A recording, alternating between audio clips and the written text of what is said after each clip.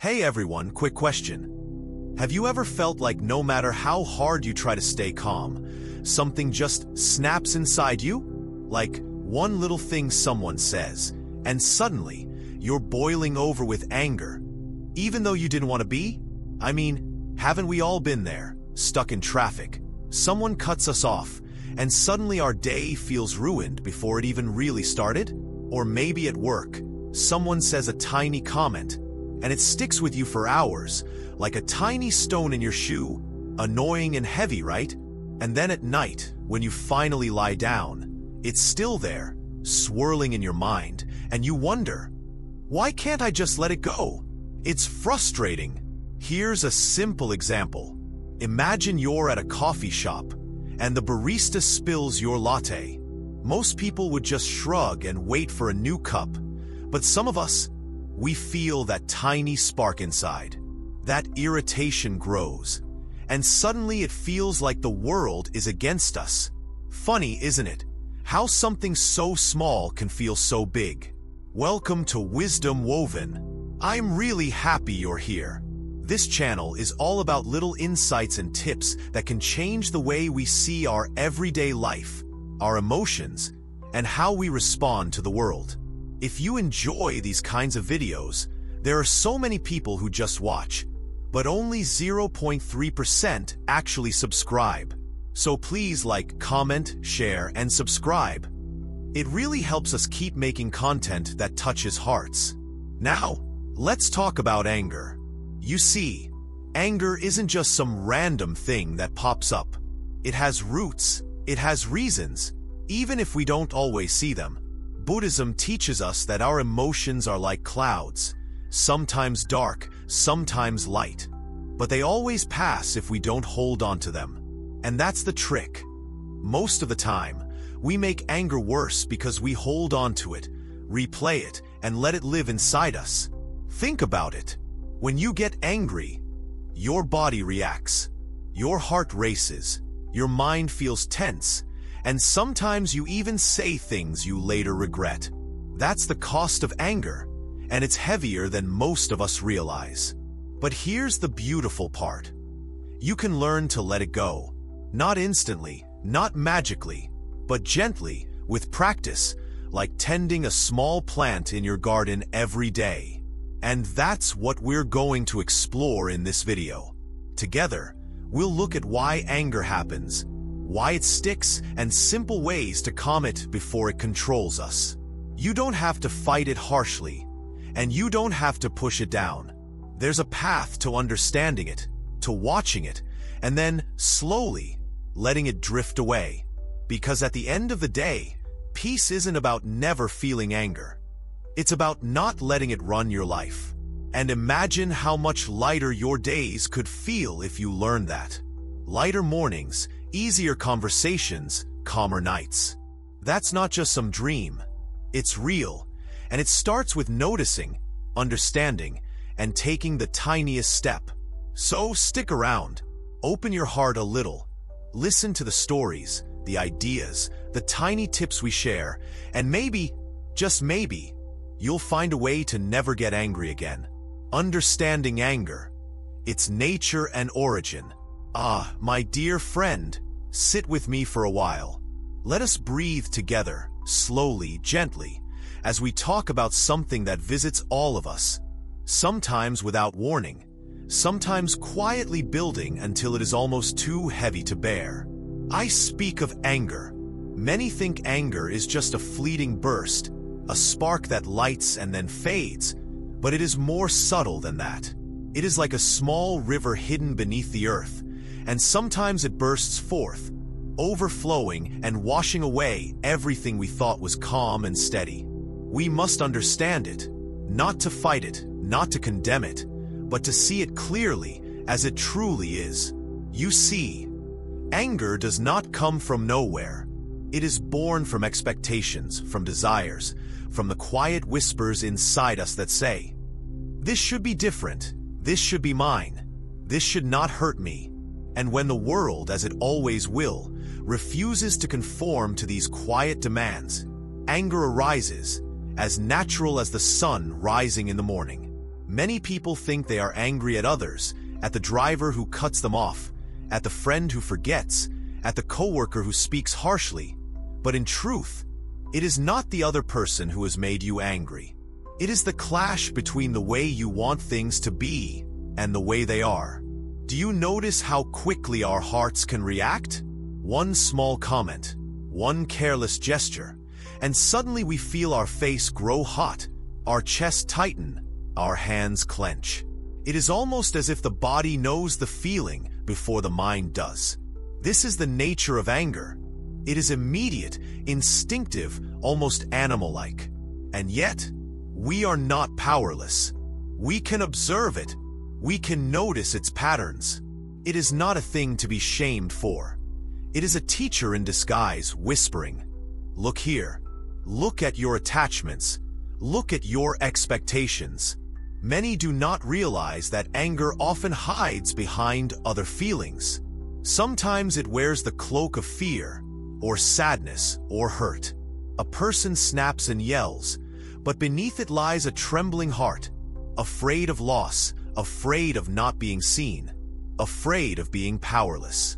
In Buddhism, we are taught to see clearly, to see beneath the surface, to understand the roots. Anger is like the tip of a tree, but the roots stretch deep into the soil of our mind, nourished by old habits, by memories of past pain, by endless comparisons and judgments.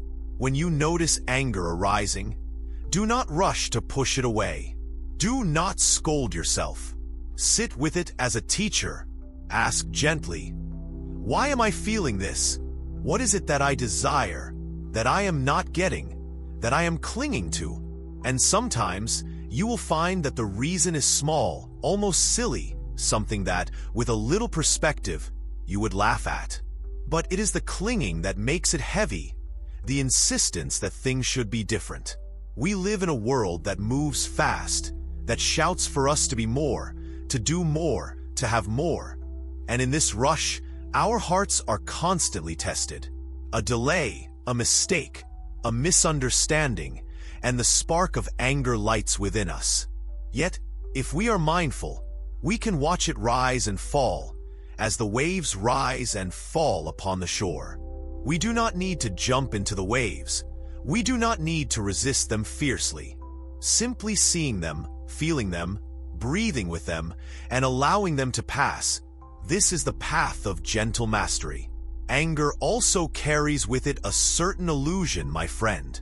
It tells us that we are right, that the world is wrong, that someone must pay, that something must change immediately. But if we pause, if we breathe, if we step outside the circle of the moment, we may see that the world does not move according to our desires. That is not cruelty, that is reality. And when we meet reality with understanding, anger loses much of its power. It does not vanish instantly, for it has been trained in our hearts for many years, but it softens, it becomes less sharp, less controlling.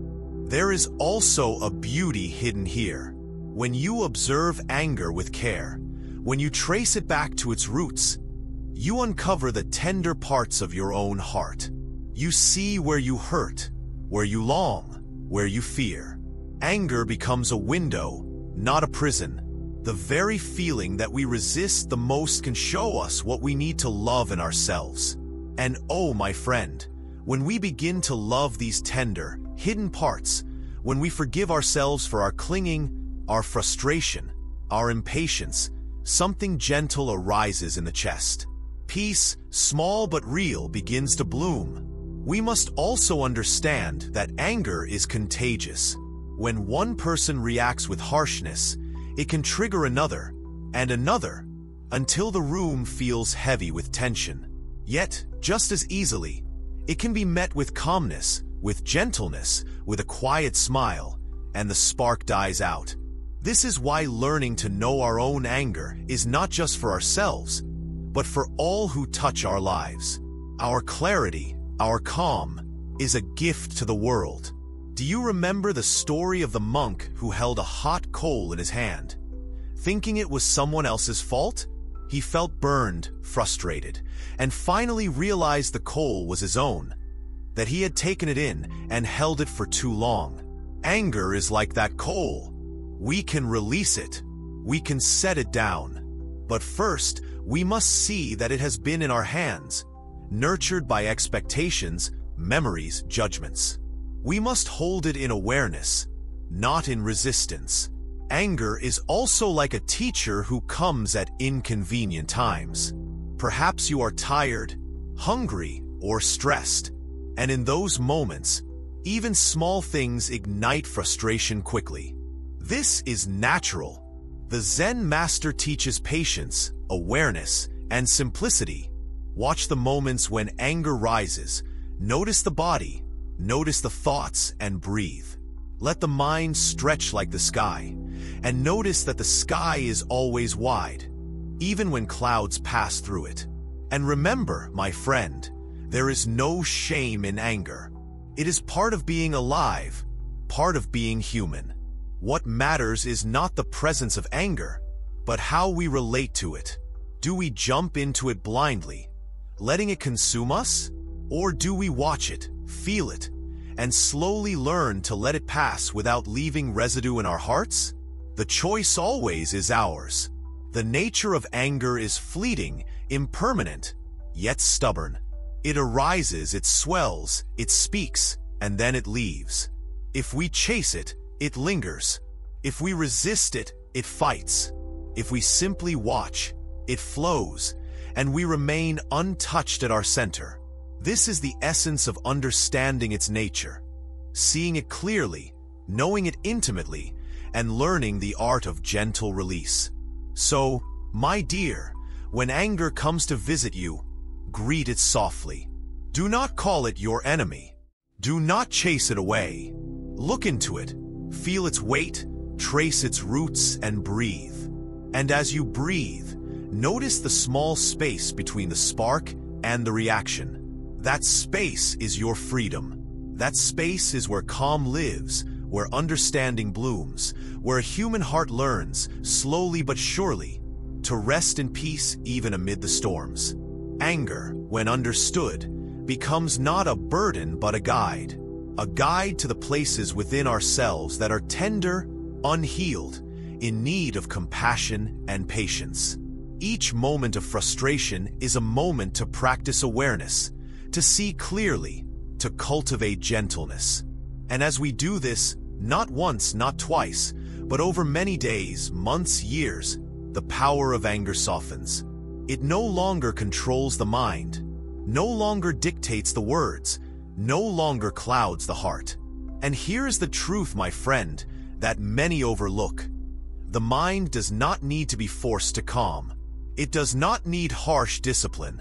It simply needs understanding, to see the nature of anger, to trace its origin, to witness it without judgment.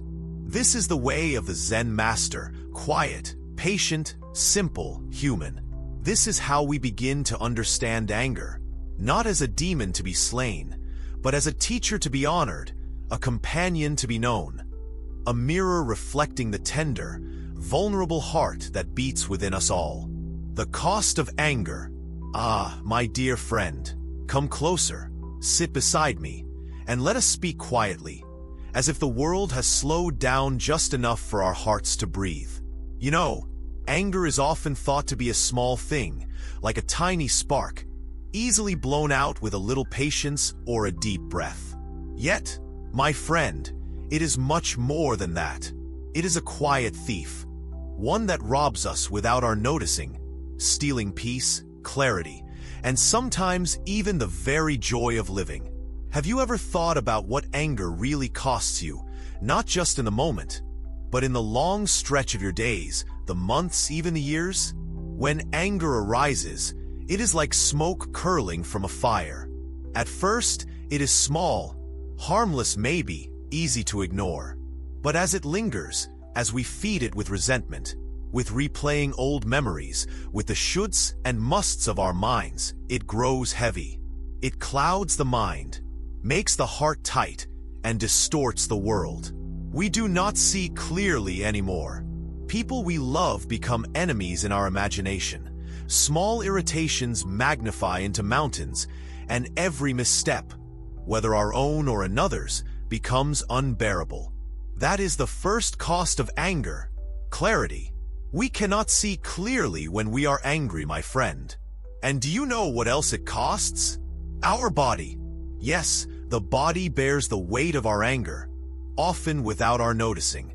Have you felt your shoulders stiffen when someone said something harsh? Your jaw tighten?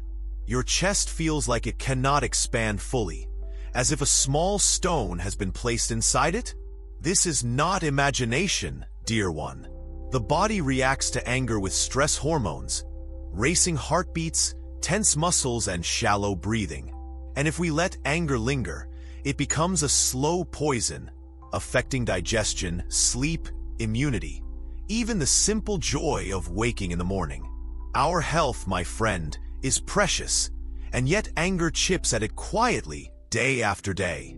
Consider, too, the cost to our relationships. Anger speaks words we later regret. It lashes out when patience has been forgotten. It creates distances that are sometimes impossible to close. Think of a friend, a sibling, a partner, a colleague. One harsh word in anger can echo for months, sometimes years, in the memory of another.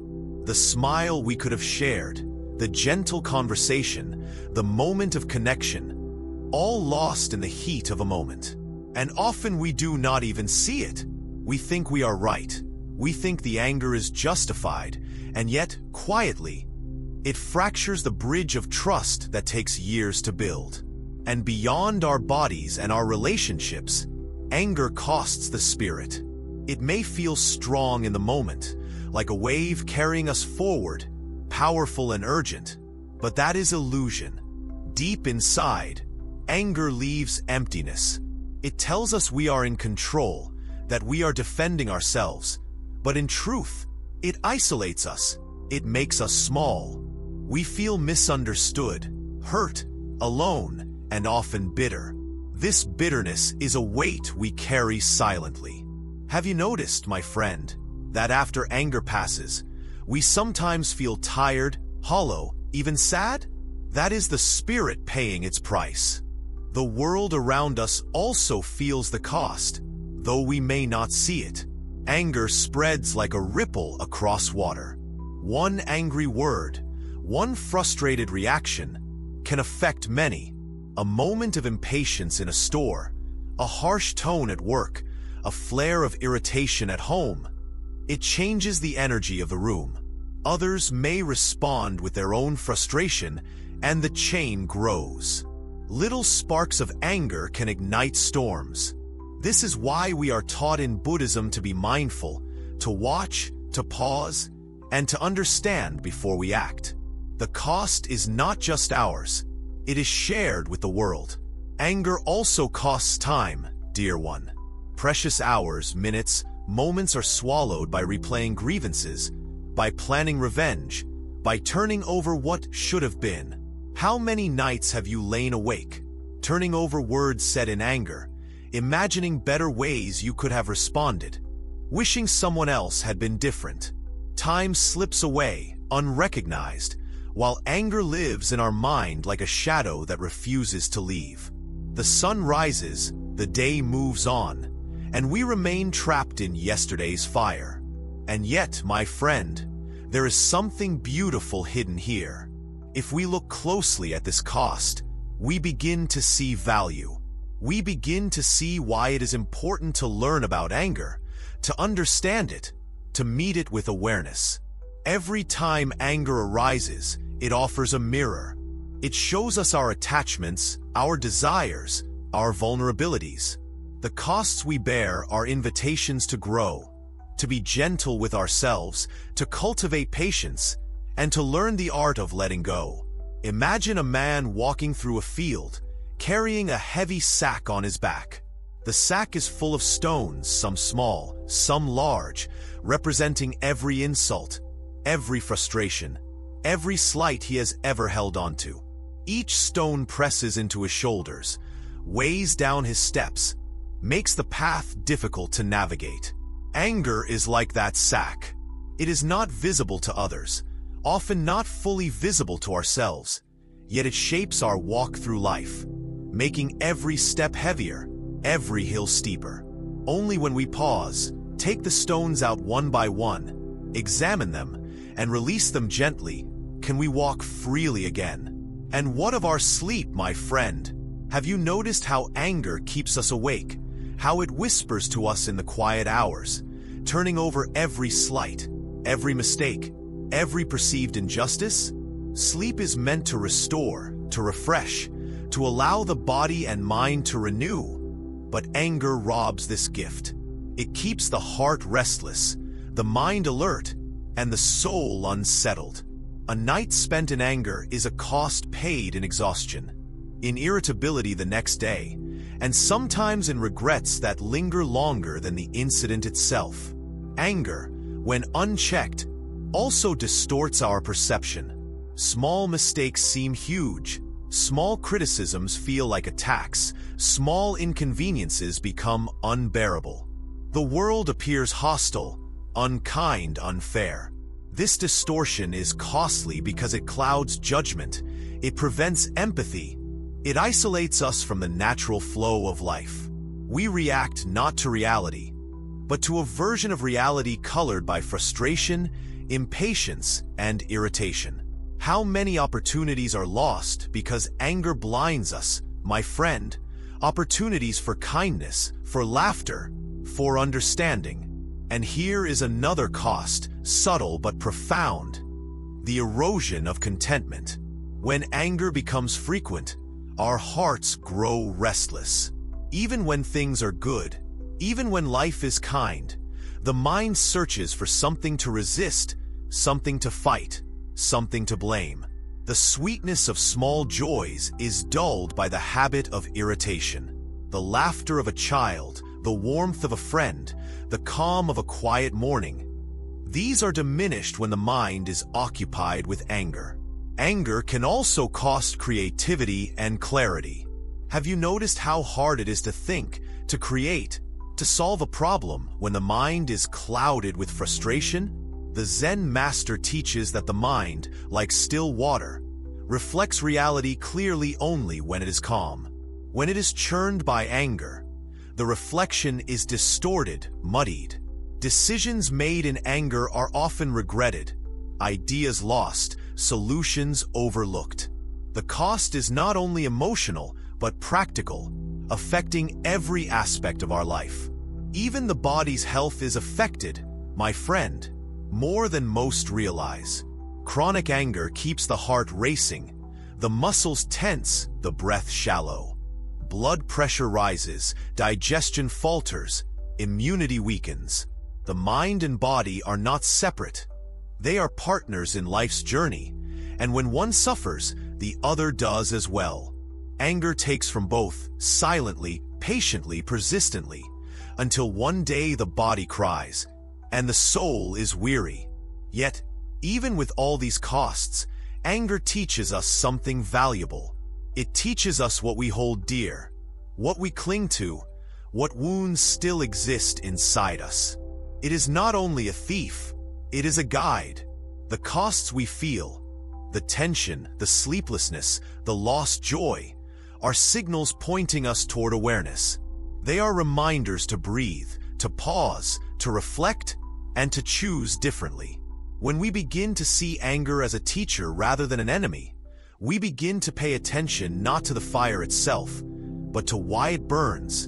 And that is the beginning of freedom. Ah, my friend, consider this. Each moment we allow anger to rule is a moment lost to fear, to misunderstanding, to judgment. Each harsh word spoken, each thought turned over, is like throwing more stones into the river of our heart. The river slows, the water becomes murky, and the flow of life is impeded. But when we learn to recognize anger early, when we breathe with it, when we understand its origin and its nature, we can remove the stones one by one, slowly, patiently, gently, until the river runs clear again, until life flows freely once more. And so, My dear one, the cost of anger is great, yet it is not a sentence.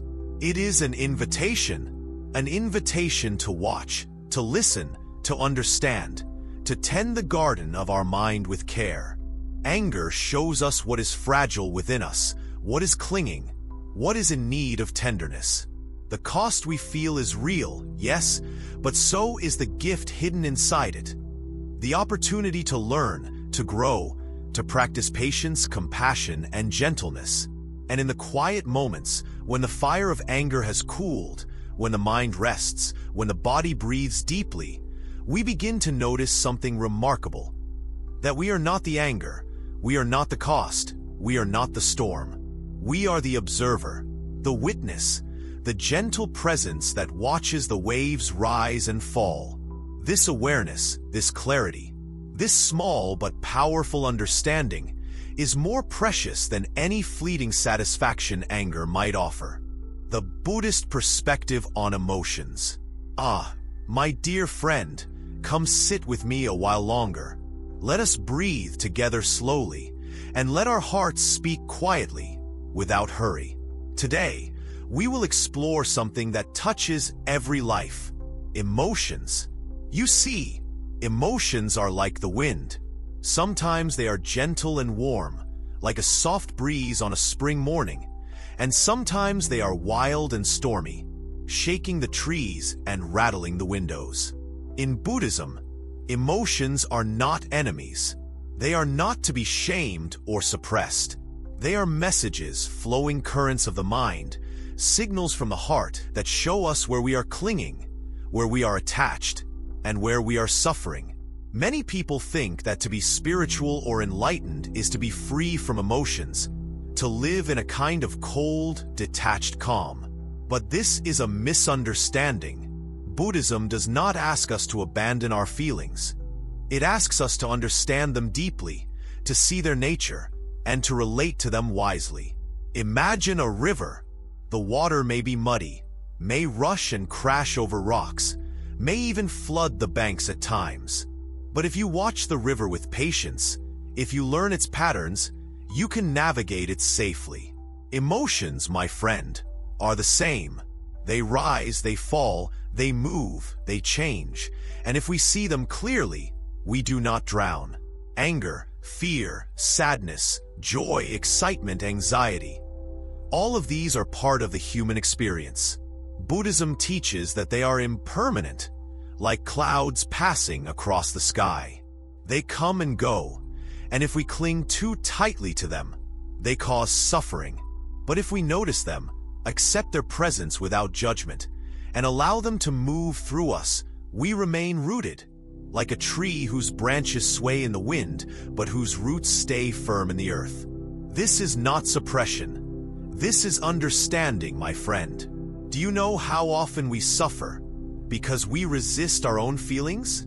A small irritation arises, and we push it down, telling ourselves we should be calm, we should be happy, we should not feel this way. But the more we resist, the stronger the feeling grows, like a river dammed and forced to find another path.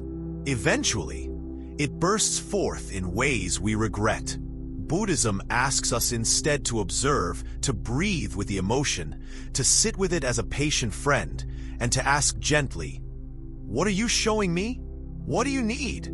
Let me tell you a story, one that many Zen students know. There was once a monk who lived by a mountain stream.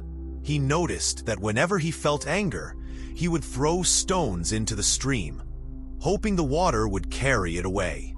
At first, it worked a little, but soon the stones blocked the flow, and the water became choppy, dark, and restless. One day, the master told him, "The water does not need stones to flow. It needs patience and understanding. Place the stones down, watch the water, and you will see that it moves freely again." And so the monk learned, anger and all emotions do not need force, they need awareness. Buddhism also teaches that emotions are deeply connected to desire and attachment. When we crave things, when we cling to people, situations, or even ideas, our hearts become restless. When the world does not match our desires, emotions arise: frustration, disappointment, irritation, anger. These are natural. It is not wrong to feel them, but it is unwise to let them control us.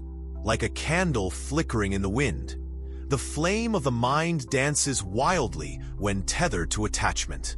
But with gentle attention, the flame can burn steadily, warm and illuminating, without scorching or consuming. Joy and happiness are also emotions, yet they too can teach us. Buddhism does not suggest we live in a flat, neutral state.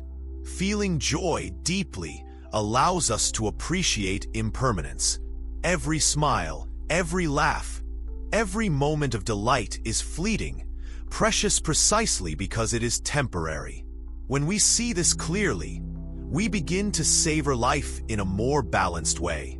Happiness is not clung to, nor is sadness resisted. Both are teachers, showing the nature of reality, the dance of impermanence, and the need for mindfulness. Mindfulness, my friend, is the key. Mindfulness is the gentle act of noticing what is happening inside without judgment. When anger rises, notice the tension in your shoulders, the quickness of your breath, the tightness in your chest. When sadness arrives, feel it without labeling it as bad or weak.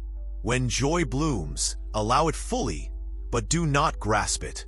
In this way, emotions become a mirror, reflecting the truths of our mind and heart, showing us the areas where we are attached, fearful, or resistant. Do you know how often we try to fix our emotions, thinking they are problems to be solved? We say to ourselves, "I must not feel this way. I must be happy. I must be calm." But the very act of forcing change creates suffering. The Zen master teaches us instead to accept, to observe, and to understand. Like clouds in the sky, emotions do not need to be controlled. They need to be witnessed. Only then does the mind rest. Only then does the heart soften. Only then does freedom emerge. Emotions also teach us compassion, my friend. When we notice the turbulence within ourselves, we begin to recognize it in others. When someone lashes out, when someone fears, when someone grieves, we may feel irritation or judgment. But if we remember our own struggles with emotion, our hearts soften. The world is not full of enemies. It is full of beings who, like us, are learning, suffering, and growing. Buddhism calls us to see this, to meet emotion with gentleness, not with harshness. Fear is another teacher.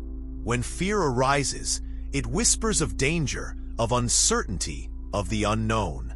Most people fight it or deny it, but in Buddhism, we are taught to listen. Fear is not an enemy. It is a signal that points to where we are clinging, where we are attached, where we resist impermanence. When we breathe with fear, when we allow it to be seen and understood, we find courage, not as absence of fear, but as presence with it, as companionship with the mind and heart in their tender vulnerability. Even the smallest emotions matter. A fleeting irritation, a slight impatience, a tiny spark of envy.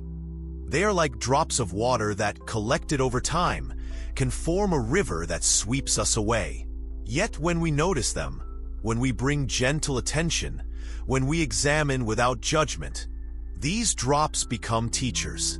We see the stories we tell ourselves, the expectations we hold, the ways we resist the natural flow of life. We begin to untangle the knots in our hearts, slowly, tenderly, patiently. And the beauty of the Buddhist approach is that it does not demand perfection. We will feel anger, sadness, joy, fear, excitement, longing. We will stumble, lash out, retreat, cry, and laugh. The path is not to eliminate these emotions, but to meet them as they are, to watch them, to breathe with them, and to learn from them. The mind, like a garden, requires attention. Some weeds of anger and frustration grow. some flowers of joy and contentment bloom. Our task is not to destroy, but to care, to nurture, to see clearly. Ah, my dear friend, consider the practice of observing emotions as watching the weather of the mind. Storms arise, clouds gather, winds blow. But no matter how strong the storm, the sky remains vast above, unchanged, calm in its presence. We are like that sky. Emotions pass, arise, and fade. They are temporary visitors. If we cling to them, we suffer. If we watch them, we learn. If we breathe with them, we are free. Even the most difficult emotions, like rage or despair, can be teachers. When they rise, do not flee. Do not fight. Observe. Notice the body. Notice the mind. Notice the stories that arise. Ask gently, why am I feeling this? What is here that needs attention, that needs care? In this way, even the heaviest emotions become opportunities for wisdom, for growth, for compassion, for understanding ourselves and others more deeply than we ever imagined. And in every emotion, there is a chance for presence. Presence is the gift of noticing fully, tenderly, without judgment. Presence allows us to experience sadness without drowning, joy without clinging, anger without being consumed. Presence is the bridge between suffering and peace, between reaction and freedom, between a restless heart and a calm mind. Buddhism teaches that this presence, this simple mindful awareness, is always available, like a quiet well of water beneath the turbulence, waiting for us to drink deeply.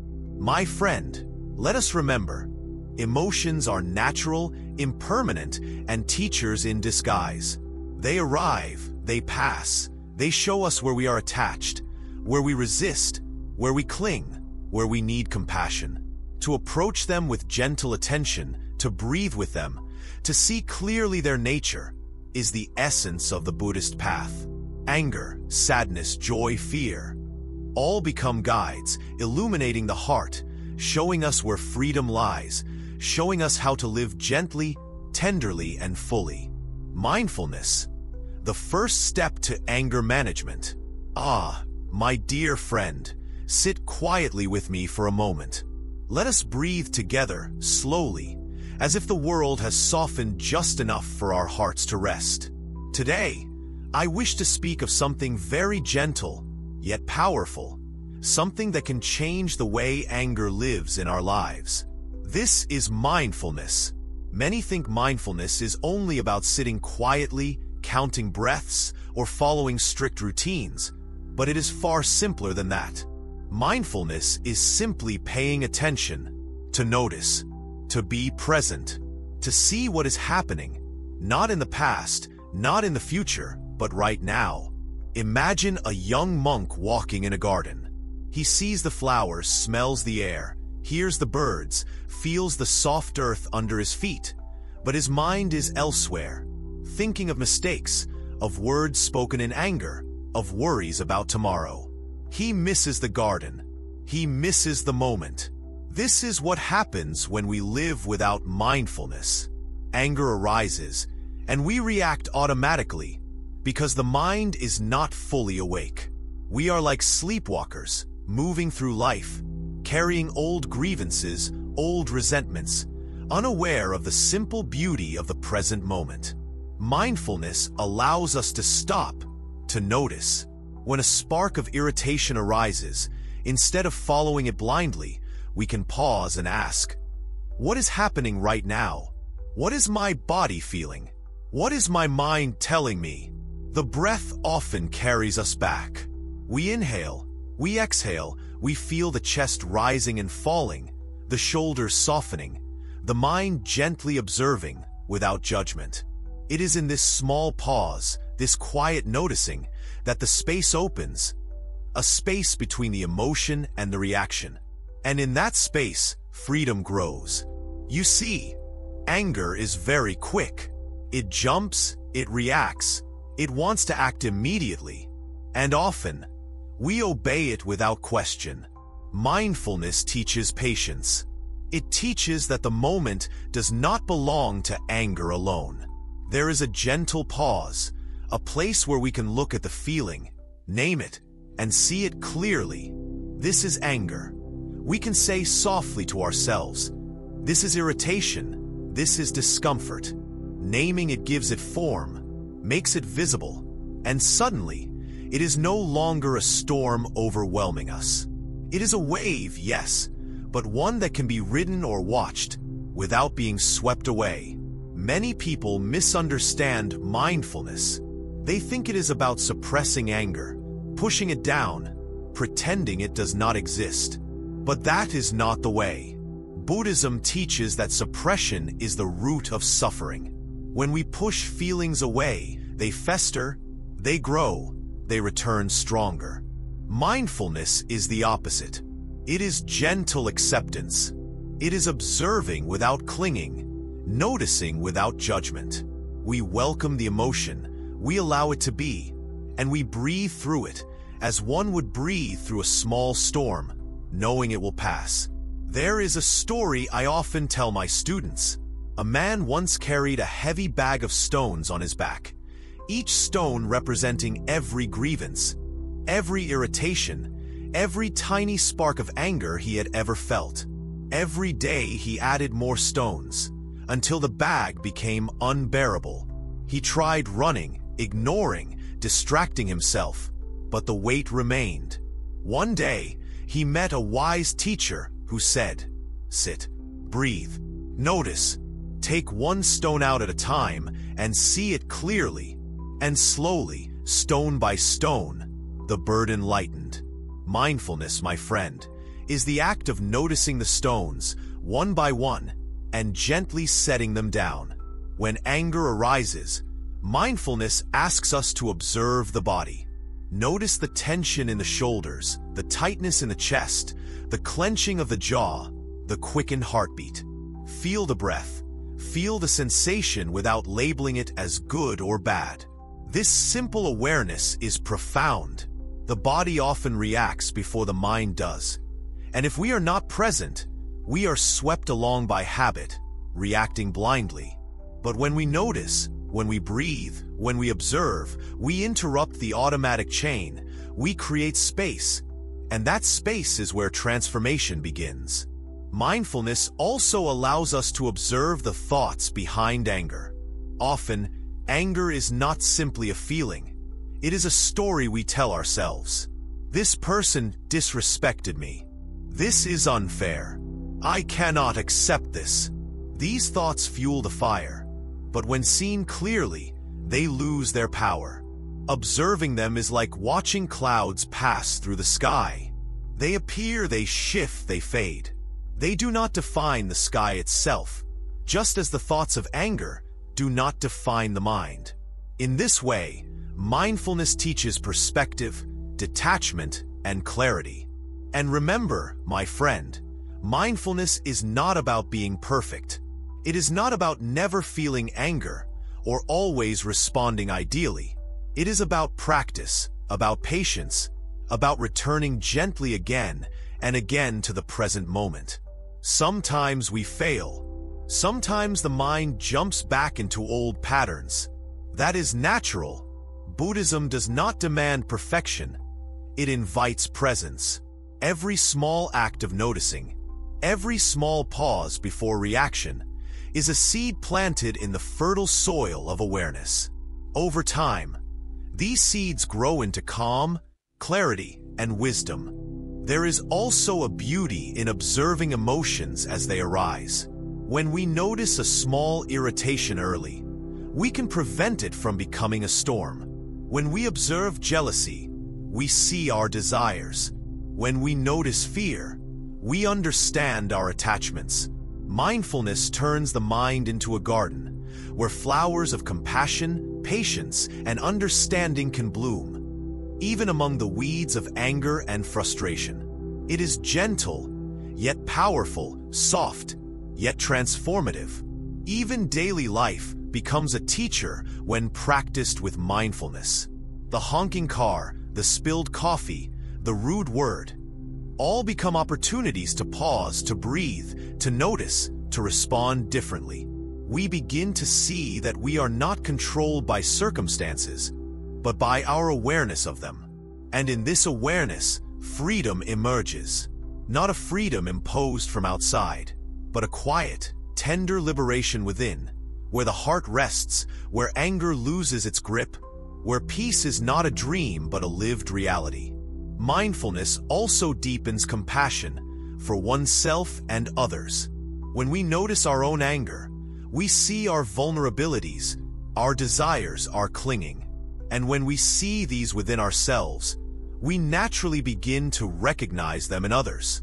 A coworker's irritation, a friend's harsh words, a family member's impatience, they no longer feel like attacks. They are mirrors, reflecting human suffering, human attachment, and human desire. Mindfulness turns anger into insight, reaction into understanding, friction into empathy. Even the smallest pause can be transformative. Just one deep breath, a moment of noticing, a gentle acknowledgement of what is happening inside, can change the course of the day. That moment is like water poured onto a small fire. It does not extinguish the fire completely, but it softens the flames, giving clarity, space, and choice. Over time, these moments accumulate, and the heart learns a new rhythm, less driven by automatic anger, more guided by gentle awareness. And do not forget the breath. The breath is always with us, always available. It anchors us, grounds us, and reminds us of life's simplicity. When anger arises, feel the breath moving in and out. Notice its rhythm. Notice the rise and fall of the chest. The breath does not judge. It does not condemn. It simply is. And in its gentle presence, the mind begins to calm, the body relaxes, and the heart softens. Mindfulness, my dear friend, is simply noticing this moment, breathing with it, and allowing the natural flow of life to carry us gently forward. The beauty of mindfulness is that it is always accessible. You do not need a quiet temple, a long meditation session, or perfect conditions. You only need to notice, to breathe, to be present, wherever you are, with whatever arises. The anger, the irritation, the joy, the sadness, they are all teachers if we watch them, if we allow them, if we do not run. And slowly, day by day, moment by moment, the heart becomes freer, the mind clearer, the life lighter. In every moment of anger, there is the opportunity to practice mindfulness. In every irritation, there is a chance to pause, to breathe, to notice. In every challenging person, in every difficult situation, there is the invitation to see, to feel, to learn. Mindfulness does not remove life's challenges, but it changes the way we move through them. It transforms reaction into choice, fire into understanding, turbulence into calm. And as the days pass, as we practice noticing the mind, breathing with the heart, observing the body, observing the thoughts, we begin to feel a shift. Anger no longer controls us entirely. It comes, it rises, it speaks, but we are awake. We see it. We breathe with it. We allow it. And slowly, gently, it fades. Mindfulness does not fight anger. It transforms it. It turns a raging storm into a passing cloud, a heavy wave into a gentle ripple, and a restless heart into a space of peace. Breathing techniques to calm anger. My dear friend, sit with me a little while longer, and let us speak quietly, gently, as though the world itself has softened around us. Today, I wish to guide you into something very simple, yet profoundly powerful: breathing. Yes, the breath, something we often take for granted, something that moves in and out of us every moment, can be the greatest ally against anger. When anger arises, the mind races, the heart pounds, the chest feels tight, and the world narrows into a small, heated space. But the breath, always present, always steady, can be a doorway back to calm. Let us begin by noticing it. Close your eyes if you wish, or simply soften your gaze. Place a hand on your chest, feel it rising and falling. Place a hand on your belly, feel it expand and contract. This is your breath, my friend. It is simple, quiet, yet deeply alive. Often, when anger comes, we forget to breathe. The chest tightens, the breath shortens, the body tenses, and the mind accelerates, feeding the fire. But if we return to the breath, if we allow ourselves just a few slow, deliberate inhalations and exhalations, we create space, a gap between the feeling and the reaction. Imagine, for a moment, a small fire in the forest. If the wind blows unchecked, the flames spread quickly, consuming everything in their path. But if a gentle stream of water is applied, the fire softens, the smoke rises, the danger lessens. The breath is like that water. When we breathe slowly, deeply, with awareness, the fire of anger begins to soften. The mind clears. The heart opens. We do not react immediately. We simply notice. And in that noticing, the first seeds of freedom are planted. There are many ways to breathe mindfully, each one simple, each one powerful. One method I often teach is called 3 deep breaths. When anger arises, inhale slowly through the nose, filling the belly. Then the chest, hold briefly, and exhale through the mouth, letting the tension flow out. Repeat this 3 times. That is all. 3 breaths. And already the body begins to relax, the mind begins to calm, the heart feels a little lighter.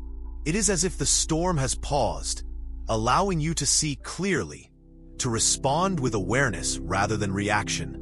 But there is another method, one I find particularly gentle. It is called counting the breath. Sit quietly. Inhale for 4 counts, hold for 4 counts, exhale for 6 counts. Allow the mind to follow the rhythm. Notice the sensations of the air entering, filling, expanding, and leaving.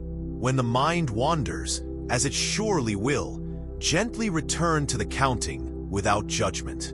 This simple act trains the mind, strengthens awareness, and slowly diminishes the power of anger to control you.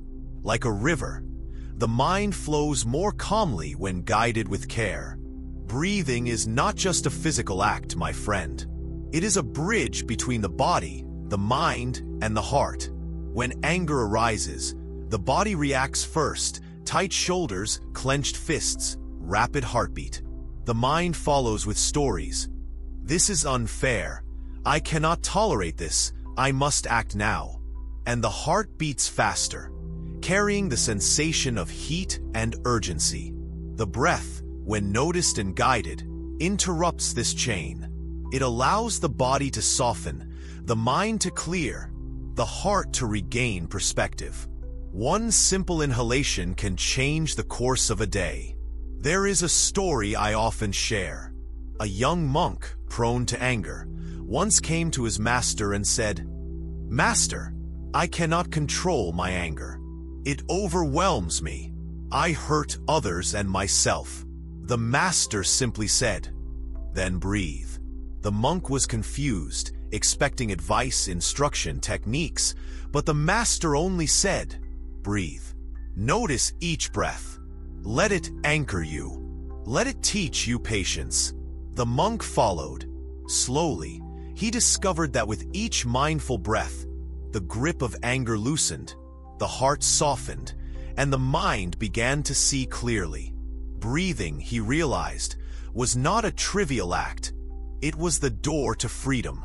When practicing breathing to calm anger, it is important to bring gentle awareness to the body. Feel the tension in the shoulders, notice the tightness in the chest, sense the heat in the face. Allow the breath to flow to these areas. Visualize the inhalation bringing light, calm, and space, and the exhalation releasing tension, heat, and contraction. Do not force it. Do not judge yourself for feeling anger. Simply breathe and allow the body to follow, softening naturally, like water flowing over smooth stones.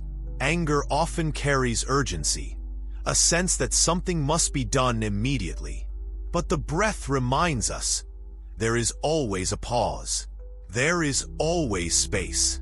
That pause, as small as a single breath, is enough to choose a different response. You do not need to act hastily. You do not need to lash out. You do not need to speak harshly. With mindful breathing, we learn that the moment belongs not to anger, but to awareness. And in that awareness, the power of anger diminishes. Even when anger feels overwhelming, the breath remains a constant companion. You may feel your chest tight, your hands trembling, your mind racing, and yet the breath continues silently, steadily.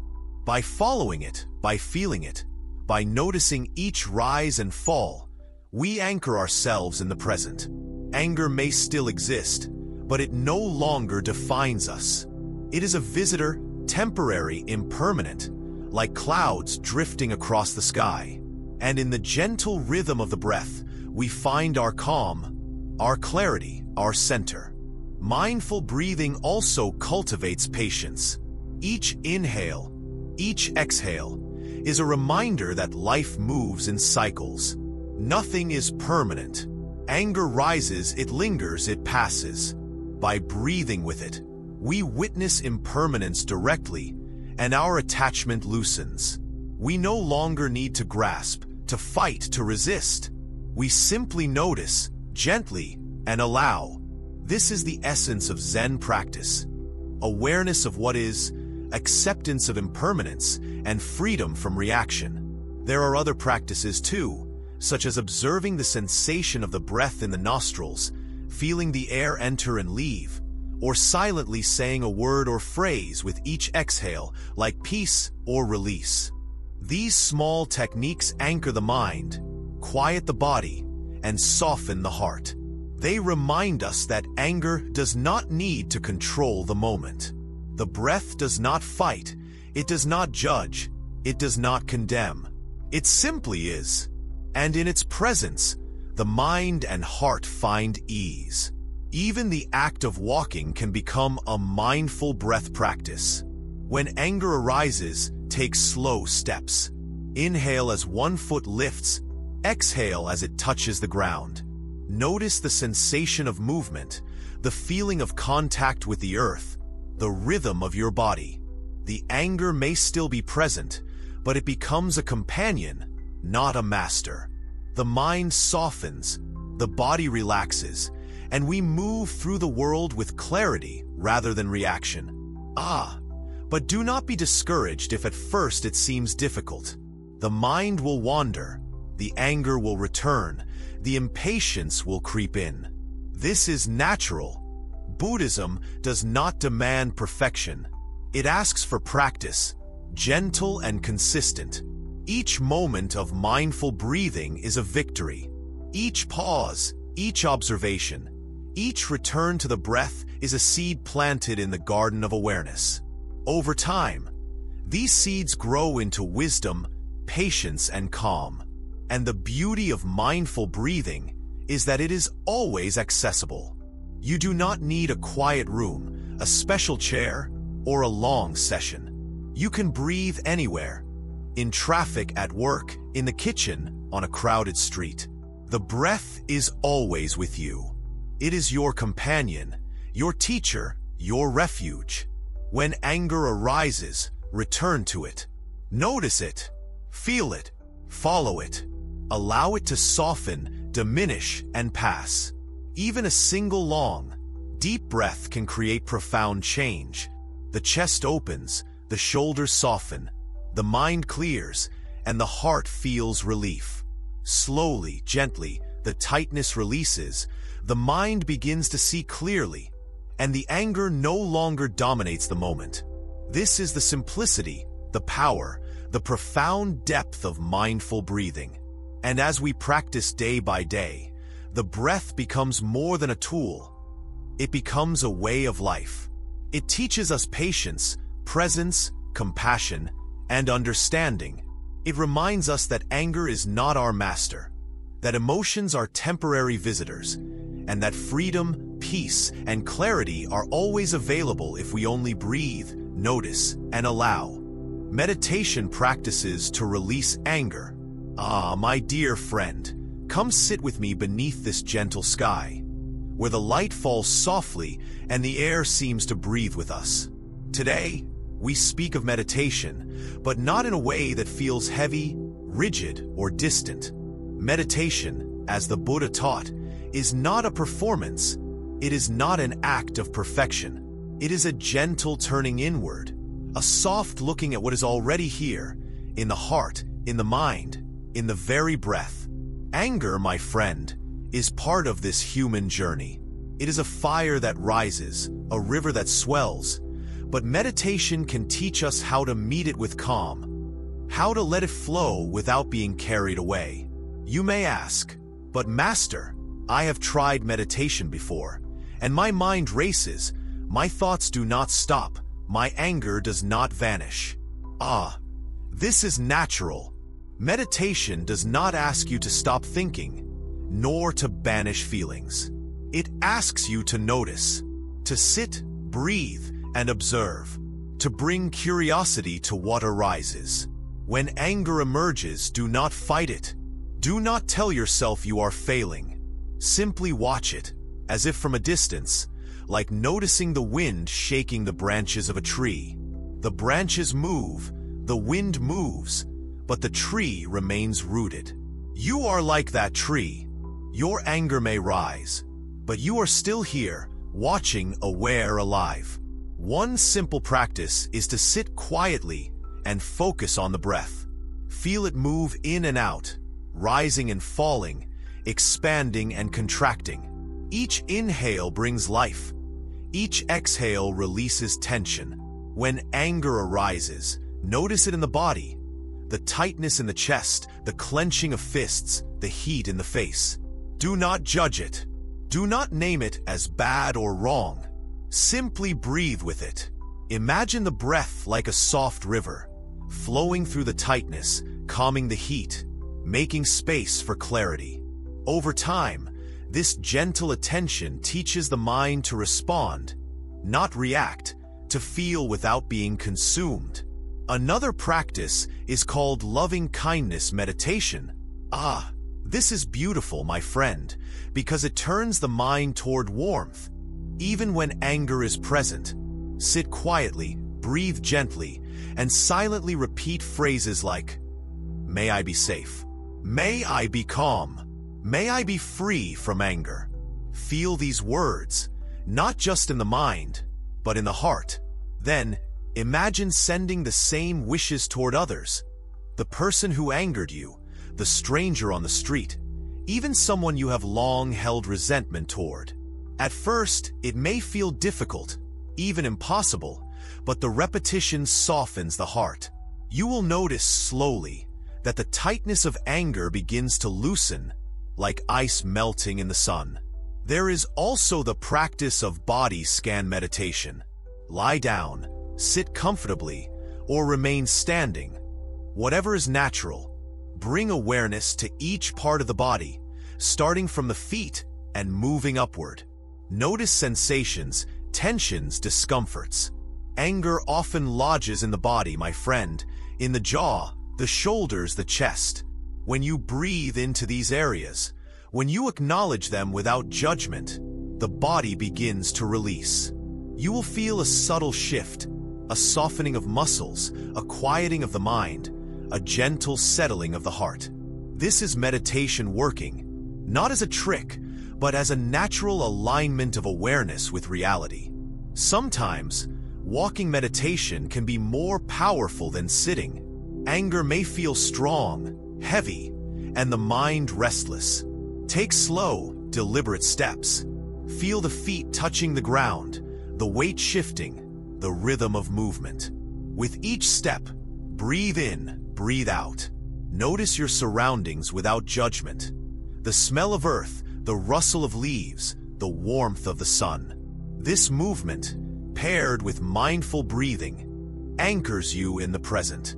Anger may still be present, but it no longer controls the body. The mind begins to relax, the heart opens, and a quiet freedom emerges. There is a story I often share with students. A man carried anger for many years, holding it tightly, believing it was his shield. One day, he came to a wise teacher and said, "Master, I cannot let it go. It is part of me." The teacher smiled and said, "Sit with it. Breathe. Watch it. Name it. See its shape. Feel its weight, and then release it to the earth." At first, the man resisted, thinking he must fight it, push it down, control it. But as he followed the teacher's guidance, sitting, breathing, observing, he discovered a remarkable truth. Anger does not need to be battled. It needs to be seen, acknowledged, and allowed to pass. Meditation opened a door, and he stepped through into a quiet, tender freedom. It is important to remember, my friend, that meditation is not about immediate results. The mind will wander, anger will rise, old stories will surface. This is natural. Buddhism does not ask for perfection, it asks for practice. Each moment spent sitting with the breath, with the body, with the heart, is a seed planted. Each observation, each gentle acknowledgement, each conscious breath nourishes the garden of awareness. Over time, the seeds grow into calm, clarity, patience, and compassion. When practicing meditation to release anger, it helps to visualize the emotion as something separate from yourself. Perhaps it is a cloud drifting across the sky, a wave rising and falling, a leaf floating down a stream. Observe it. Notice its shape, its movement, its presence, and let it be. You are not the cloud, not the wave, not the leaf. You are the sky, the stream, the observer. In this gentle distinction, the mind finds peace, the heart finds softness, and anger loses its power to consume. Another technique is mindful reflection. After a meditation session, gently reflect on recent moments of anger. What triggered it? How did it feel in the body? How did it move through your mind? Do not judge yourself or others. Simply observe, as a scientist would watch a phenomenon with curiosity. Over time, patterns emerge, understanding deepens, and the mind learns to recognize early signs of anger, to respond with awareness rather than reaction. Even short meditations can be profound. 1 minute of noticing the breath, 1 minute of observing tension in the body, 1 minute of silently wishing oneself and others peace. These moments accumulate. They train the mind, they soften the heart, they strengthen awareness. Over days, weeks, months, the cumulative effect is remarkable. Anger may still arise, but the response is transformed. There is choice, there is clarity, there is freedom. The beauty of meditation is its simplicity. It requires no special tools, no perfect environment, no rigid schedule. It requires only presence, curiosity, and gentleness. Sit, breathe, observe, repeat. When anger comes, notice. When irritation surfaces, breathe. When old resentment stirs, observe and release. Meditation does not remove the challenges of life, but it transforms the way we meet them. It turns reaction into awareness, fire into understanding, turbulence into calm. And let us not forget compassion within meditation. As we sit quietly, we can direct gentle kindness toward ourselves. Acknowledge the difficulty of anger, the natural human tendency to react, the wounds of past experiences. Breathe with these feelings. Then imagine extending that kindness outward. To the person who provoked anger, to those we struggle with, to all beings navigating life with imperfect hearts. Meditation, practiced this way, dissolves the walls of separation, softens resentment, and nurtures a boundless heart. Over time, meditation becomes more than practice. It becomes a way of living. The breath, the awareness, the observation of emotions, the gentle reflection, the cultivation of compassion, all integrate into daily life. Anger no longer dominates the moment. It may arise, but the mind observes, the body softens, the heart remains calm. Life unfolds more gently, more clearly, more tenderly. Meditation is the bridge, the anchor, the quiet teacher who walks beside us, moment by moment, breath by breath. Even in moments of intense anger, meditation offers a refuge. A few conscious breaths, a soft focus on the body, a gentle acknowledgement of the feeling. These are enough to interrupt the habitual patterns of reaction. Slowly, the storm subsides, clarity returns, and the mind regains its natural balance.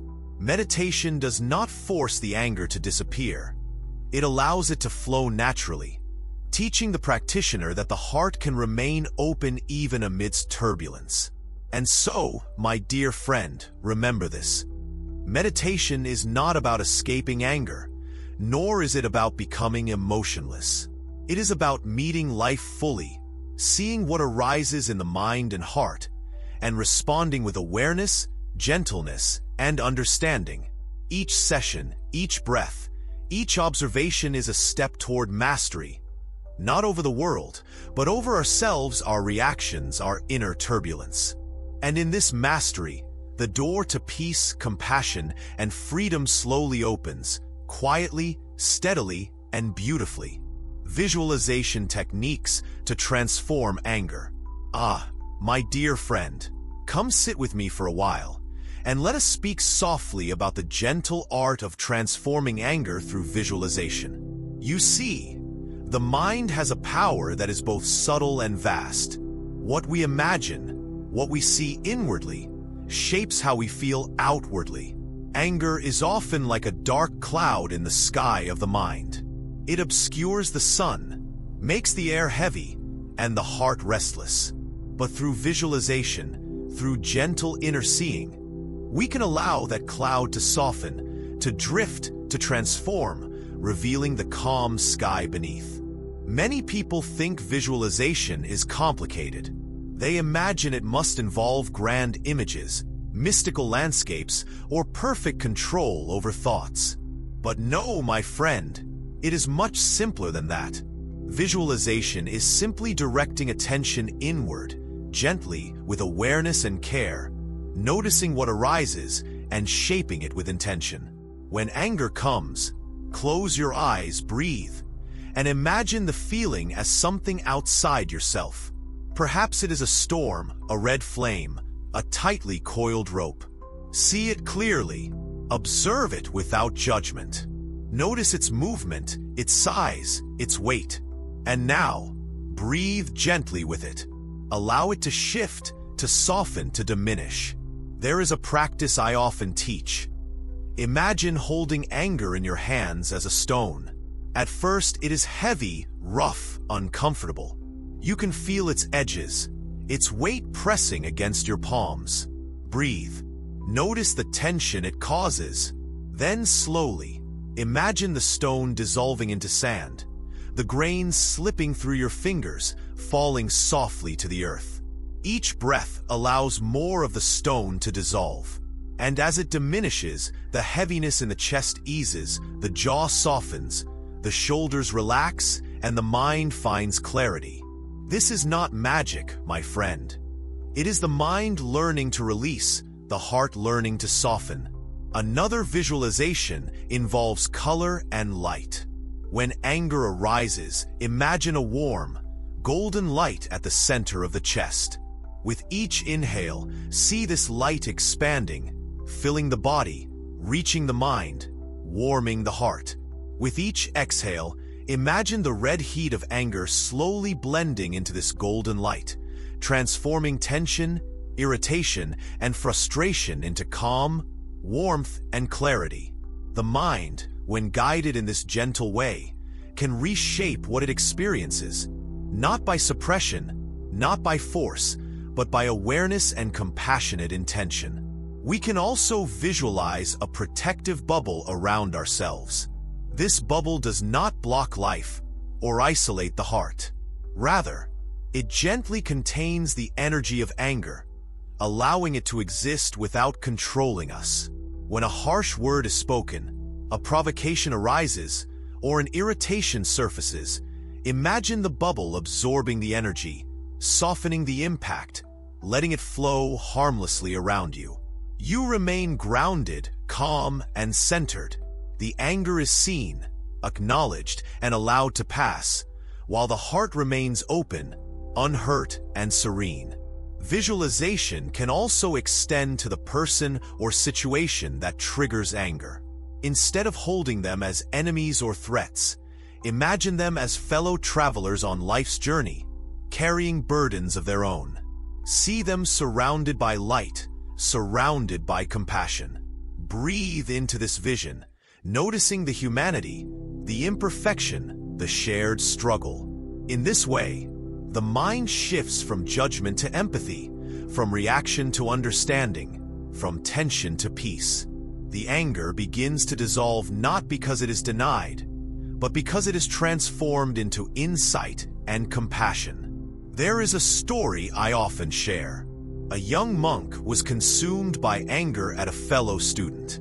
The feelings grew so strong that he feared he would lash out or act in harm. The master instructed him to close his eyes and visualize a small fire in his chest. "Do not fight it," the master said. "Do not pretend it does not exist. See it clearly. Breathe. Imagine gentle water falling upon it. Watch it soften, shrink, and eventually become warm light." The monk followed the guidance. Slowly, with each breath, the heat softened, the edges of the fire blurred, and the warmth of calm replaced the sharpness of anger. He discovered that visualization is not escape, it is transformation. Even daily objects can become anchors for visualization. Imagine holding a leaf, a pebble, or a cup of water in your mind when anger arises. Project the feeling onto this object, letting it take the weight, the tension, the heat. Breathe. Watch the object absorb, soften, and dissolve the energy. This simple practice trains the mind to externalize anger without clinging, to release it gently, and to return to the natural calm within. Visualization also works beautifully with nature. Picture a river flowing. Your anger is like debris, small and large, carried by the current. You notice it, but you do not grab it. You do not resist it. You watch it drift downstream, carried by the steady flow of life. With each inhale, the river grows wider, calmer, deeper. With each exhale, tension and heat are released. The mind becomes a gentle observer, the heart remains open, and the energy of anger is naturally transformed. Even the body can be incorporated into visualization. When anger tightens the jaw, the chest, or the shoulders, imagine a soft, warm light moving through these areas. See the muscles relax, see the heat dissipate, see the tension melt. Feel the energy of anger transforming into light, warmth, or flowing water. This is not imagining away reality. It is seeing it clearly and gently guiding it toward ease. The mind and body respond together, learning to cooperate rather than clash. Sometimes, it is helpful to visualize a protective yet compassionate garden. You are seated in its center. Around you grow flowers, trees, streams of clear water. Your anger arrives like dark clouds on the horizon. You notice them, breathe with them, and see them dissolve into rain that nourishes the garden rather than floods it. Your heart remains the calm center. The garden grows stronger, more vibrant, more serene. Life continues, but now you move with clarity, with gentleness, and with awareness. My friend, visualization is a tool, not a task. It does not demand perfection. It does not require grand imagination or skill. It only requires presence. It requires gentle attention to what is, breathing with awareness, and allowing the mind to shape the inner world with intention. When anger arises, see it, feel it, transform it. When irritation surfaces, acknowledge it, breathe with it, release it. With consistent practice, the mind learns that anger is not a master, that feelings are temporary, that the heart can remain open even amidst storms. And let us not forget, visualization works beautifully with meditation and mindful breathing. Breathe slowly, deeply, and gently. Imagine the energy of anger flowing with the breath. Observe it with curiosity, soften it with compassion, release it with awareness. Combine seeing, feeling, and breathing into one flowing practice. Over time, the accumulated effect is remarkable. Anger no longer dominates the mind. The heart opens. Clarity returns. Calm persists. The inner world becomes a sanctuary where storms arise and pass, without destroying the peace within. There is also an exercise of projecting kindness outward. When anger arises toward a person, imagine a gentle light extending from your heart toward them. See the anger transforming into warmth, understanding, and care. Breathe. Feel the heart expand, the tension diminish, the sharpness dissolve. This is the essence of transformation. Anger acknowledged, softened, and turned into insight and compassion. The mind and heart learn to respond with clarity, not reaction. With openness, not contraction. With awareness, not impulse. And remember, my friend, this practice is gentle. It does not force. It does not punish. It does not demand mastery. It invites presence. It nurtures awareness. It opens the heart. The mind may wander, anger may flare, thoughts may arise, but visualization teaches patience, observation, and transformation. Over days, months, years, these small inner exercises accumulate, creating a mind that is calmer, a heart that is softer, and a life lived with clarity, awareness, and choice. Visualization, when combined with mindful presence, meditation, and breathing, becomes a living art. It teaches us that anger is a visitor, not a ruler. It shows that feelings can be observed, guided, and transformed. It reminds us that the mind has the capacity to soften, to shift, to grow. It opens the door to freedom, to compassion, and to peace. And as the mind learns to see and shape the inner world with care, the heart learns to rest gently, even in the midst of life's inevitable storms. Self-reflection to understand anger. My dear friend, come closer and let us speak softly about something very simple yet very profound. Understanding our own anger.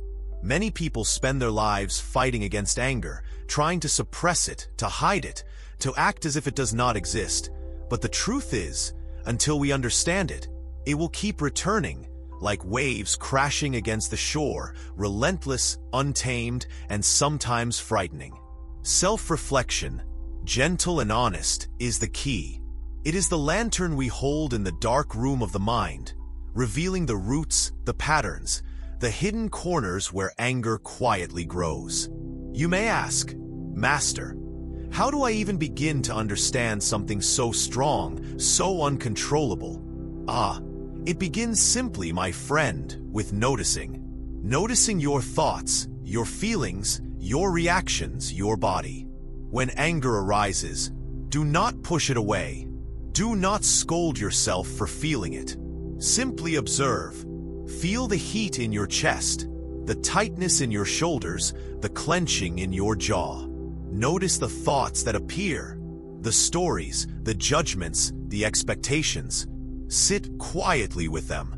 Watch them as a bird might watch a river, flowing freely, without judgment, without interference. There is a story I often share with students. A young man came to me, burdened with rage that seemed unstoppable. Every day he fought it, cursed it, and yet it returned stronger. I asked him to sit quietly and watch, to follow the path of the anger, to see where it came from. At first, he resisted, fearing that observing it would make it worse. But slowly, as he practiced, he began to notice the triggers. The harsh word from a friend, the impatience of a stranger, the old wounds of childhood memories. He saw patterns forming, chains of cause and effect, and slowly, with awareness, the fire of anger began to calm, not vanish but soften, and the mind found its gentle balance. Self-reflection is like holding a mirror to the mind. When anger arises, ask gently, "Why do I feel this way? What am I expecting? What am I fearing?" Look deeply into the answer without judgment. Perhaps the anger is rooted in pain, in unmet needs, in fear of loss, in insecurity. Perhaps it is habitual, a reaction learned from years of life experiences. Whatever arises, greet it with curiosity and kindness. The mind is not an enemy, my friend, and anger is not a flaw. They are teachers, pointing to what is hidden, revealing what is unacknowledged. You can use journaling as a tool for self-reflection. After moments of anger, write down what happened, how it made you feel, what thoughts arose. Read it without judgment. Over time, you will see patterns, connections, triggers that were previously invisible. The simple act of writing brings clarity. It organizes the chaos of the mind, and it transforms raw emotion into insight. The more you look honestly, the less you are caught unaware. Anger becomes something to understand rather than something to fear. There is a gentle practice called the pause. When you feel anger arising, pause. Breathe. Ask, what am I really feeling? What is beneath this anger? Often, anger is a surface emotion, covering sadness, fear, or disappointment. By looking beneath the surface, by gently peeling away the layers, we see the truth. Anger is not the root, it is a signal. It is the mind's way of saying, pay attention. Something needs care. Something is unresolved. In this way, self-reflection turns anger from a destructive force into a guide, a teacher of awareness and compassion. The body is also a mirror of the mind. When reflecting on anger, notice where it resides physically. The tight chest, the clenched fists, the tense jaw. Follow the energy with curiosity, breathe into it, and ask softly, what is this feeling telling me? Often, you will discover old stories, past wounds, habitual reactions that have been stored in the body, waiting for acknowledgement. By seeing them, feeling them, and breathing with them, you create space for release, for understanding, for transformation. Self-reflection is not always easy. It requires honesty, patience, and courage. There may be moments when the answers are uncomfortable, when old pain surfaces, when the patterns of anger feel overwhelming. But remember, my friend, the purpose is not to punish yourself or to eradicate anger instantly. The purpose is to understand, to meet it gently, to observe it, to learn from it. Each moment of honest reflection is a seed planted in the fertile soil of awareness, slowly growing into wisdom, calm, and compassion. And there is one more subtle aspect to consider. Reflection is not only about looking backward at the triggers and causes of anger. It is also about looking inward at your responses, your choices, your habitual reactions. When anger arises, notice how the mind reacts. Does it lash out? Does it withdraw? Does it ruminate endlessly? Watch these patterns without judgment. See how the same situations have triggered similar reactions in the past. This awareness, my friend, is the beginning of freedom. When we see clearly, we can choose differently. We can respond with awareness instead of reacting with habit. Sometimes, reflection involves imagining alternative responses. After a moment of anger, picture how you could have responded with calm, with clarity, with compassion. See yourself speaking gently instead of harshly, breathing deeply instead of clenching your fists, listening instead of judging. These visualizations do not change the past, but they train the mind for the future. Each imagined moment strengthens awareness, softens habitual reactions, and cultivates a gentle mastery over the inner storm of anger. And do not forget the role of forgiveness in reflection. When looking inward, you may discover how often anger has harmed yourself or others. Meet these realizations gently. Forgive yourself, not because you are weak, but because understanding and kindness are stronger than blame. See others with the same lens. Recognize their humanity, their struggles, their imperfections. Reflection combined with forgiveness transforms anger into compassion, creating a heart that is tender yet strong, open yet wise. Ah, dear one, reflection can also be practiced in silence during daily life. When walking, eating, working, or resting, pause occasionally. Notice how anger appears, how the body tightens, how the mind spins stories. Breathe. Ask softly, what is happening here? What is this feeling teaching me? This gentle habit, practiced consistently, cultivates continuous awareness. Life becomes a mirror, each situation a lesson, each emotional surge an opportunity for insight. Even old anger, long buried, can be understood through patient reflection. Memories may surface, old wounds may speak. Approach them gently. Notice the sensations, the thoughts, the feelings. Breathe with them. Understand them as part of your story, as part of your human experience. Through this gentle witnessing, the past loses its power to control the present. Anger is no longer a chain, but a teacher, a guide, a messenger leading you to understanding and inner peace. Reflection also opens the door to gratitude. Notice the moments when anger did not take over, when you responded with patience, when awareness guided your choices. Even small victories matter. Celebrate them silently, with warmth, with acknowledgement. Gratitude softens the heart, diminishes the intensity of anger, and strengthens the mind's ability to respond wisely in the future. And sometimes reflection involves asking questions not just of the mind, but of the heart. Why do I hold on to this anger? What am I afraid of letting go? What am I hoping to protect or achieve through this anger? These questions are gentle keys, unlocking hidden rooms within, revealing the motivations, fears, and desires that fuel the fire. Answer them with honesty, not judgment, and you will see that anger is not a monster, but a mirror. Even the act of writing a letter, never sent, to the source of anger can be a reflective practice. Pour out the feelings, acknowledge the hurt, the disappointment, the fear, the frustration.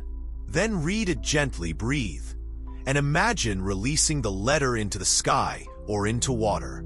This symbolic act teaches the mind that feelings can be expressed, observed, and released without causing harm. It trains the heart to see anger as a teacher, not a tyrant.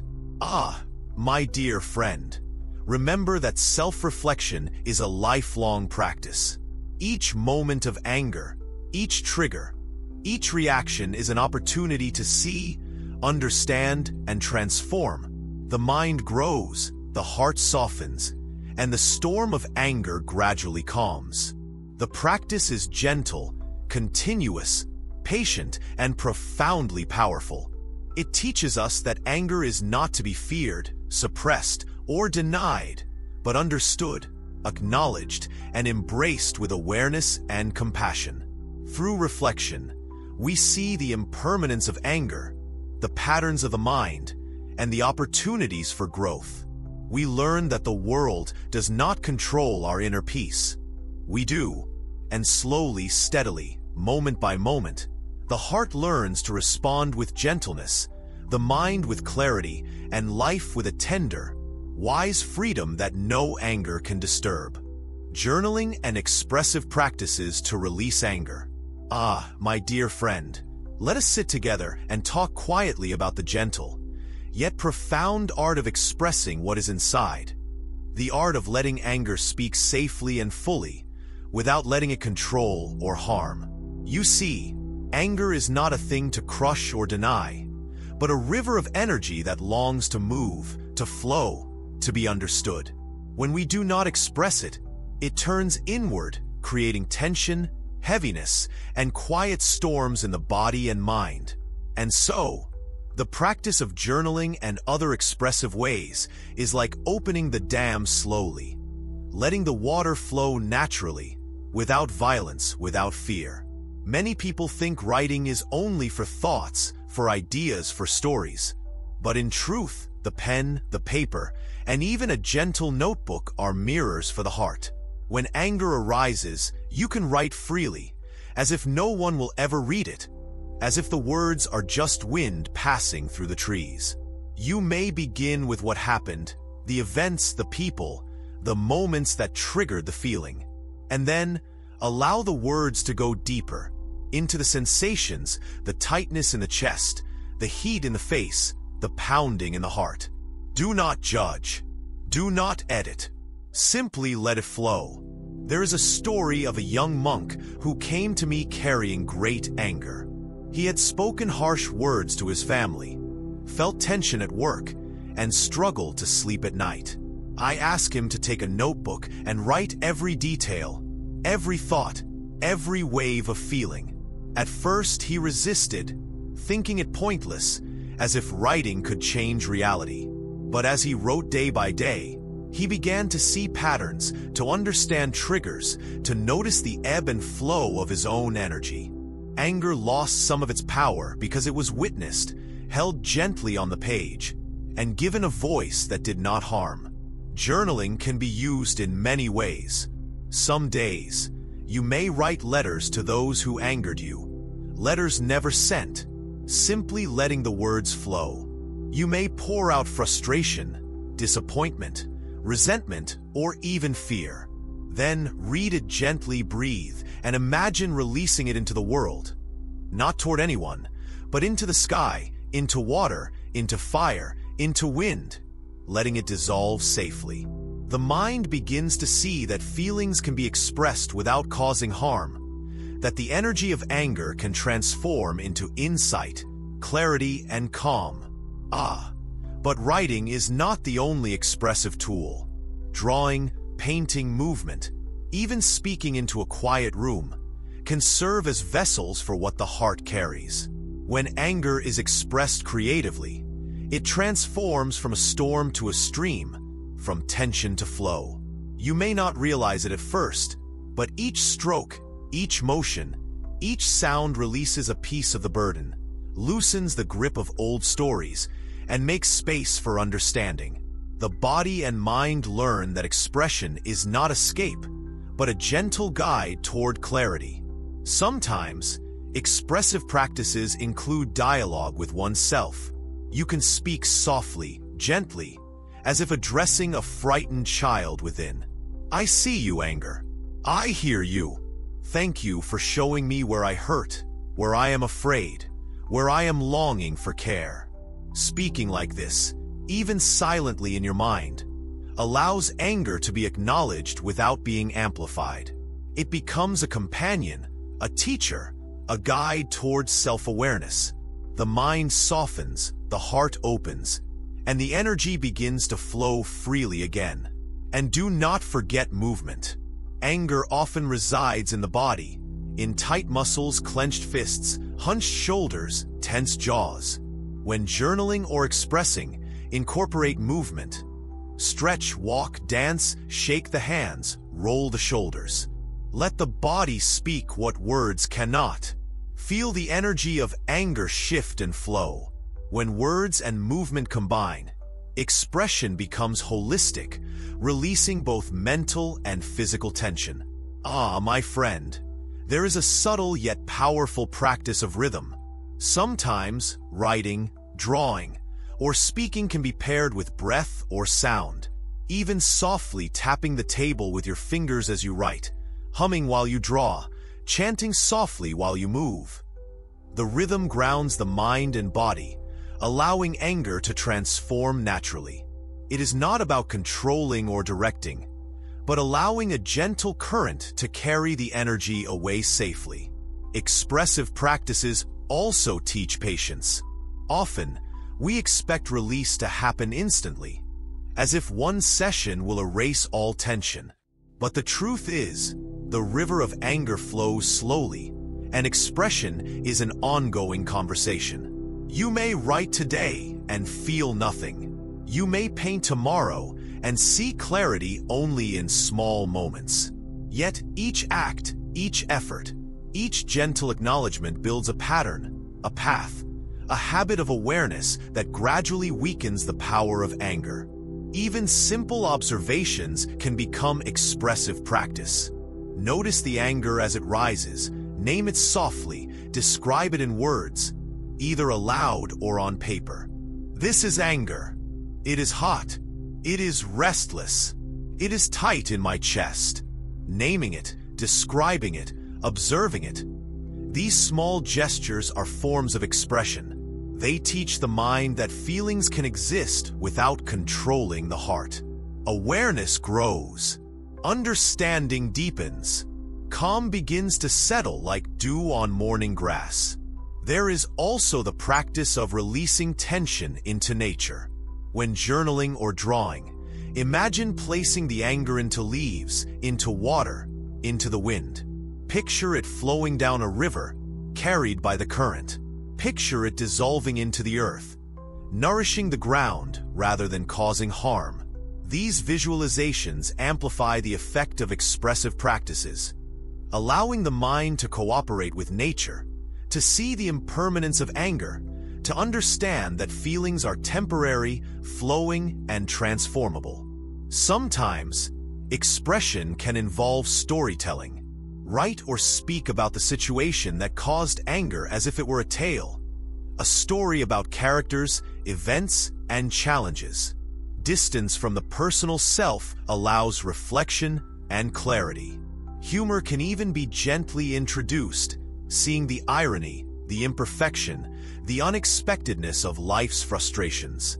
The mind softens, the heart opens, and anger begins to lose its grip because it is seen through a lens of understanding rather than judgment.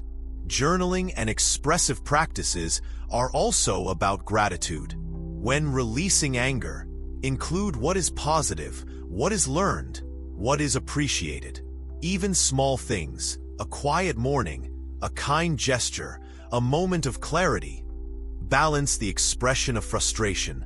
Gratitude transforms the energy, shifts perspective, and nurtures resilience. The mind learns that life contains both challenge and beauty, both tension and ease, both anger and peace. Ah, dear one, remember the importance of ritual. Create a gentle, consistent practice. A quiet space, soft light, a notebook, a pen, a brush, a movement sequence, or simply sitting in silence. Each session becomes a sanctuary, a safe space where anger can be expressed and released without judgment. The mind begins to anticipate relief, to trust the practice, and the heart learns to soften in expectation of care rather than contraction. Sometimes, expressive practices reveal the roots of anger, long buried beneath years of habit, old wounds, or unacknowledged fears. Approach these gently. Do not force resolution. Breathe, observe, and allow understanding to emerge slowly. Each insight, each realization, Each acknowledgement is a step toward freedom, a step toward self-mastery, a step toward the calm heart that no anger can dominate. And even sharing expression can help, not to vent or blame, but to share with trusted companions, mentors, or guides. Speaking aloud, reading what is written, showing what is created, done with humility and gentleness, transforms isolation into connection, fear into understanding, and raw energy into gentle wisdom. Expression becomes communion, and anger becomes a doorway to compassion, empathy, and insight. And always remember, expression is not suppression, but transformation. Anger does not vanish magically. It moves, it shifts, it changes form. Journaling, drawing, movement, storytelling, breath, and gentle ritual are all tools to guide this energy safely, to observe it, to honor it, to release it. The mind grows wiser, the body relaxes, the heart softens, and life becomes a gentle river instead of a stormy sea. Even the smallest act of expression matters. A single paragraph written, a single sketch made, a single gentle breath noticed. Each contributes to releasing tension, nurturing awareness, and softening habitual reactivity. Over time, these small gestures accumulate into a life practice, a daily ritual of mindfulness, care, and compassionate presence. Anger is no longer feared. It is understood. It is seen. It is allowed to flow.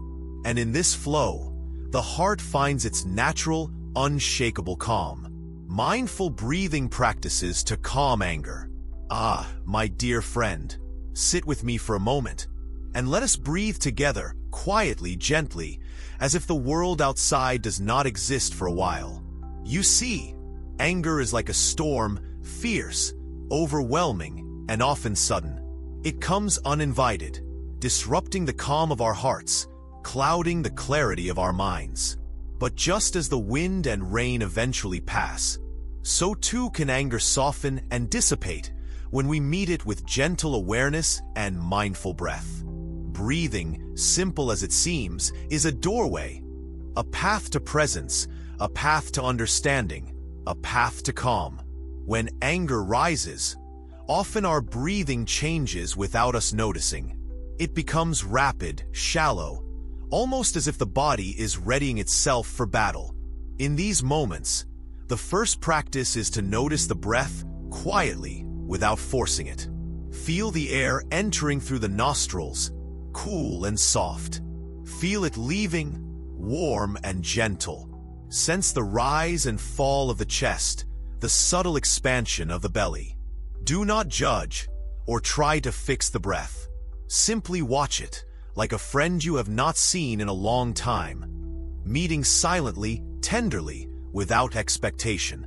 There is a story I like to share. A young seeker came to me, consumed by anger after a quarrel with a friend.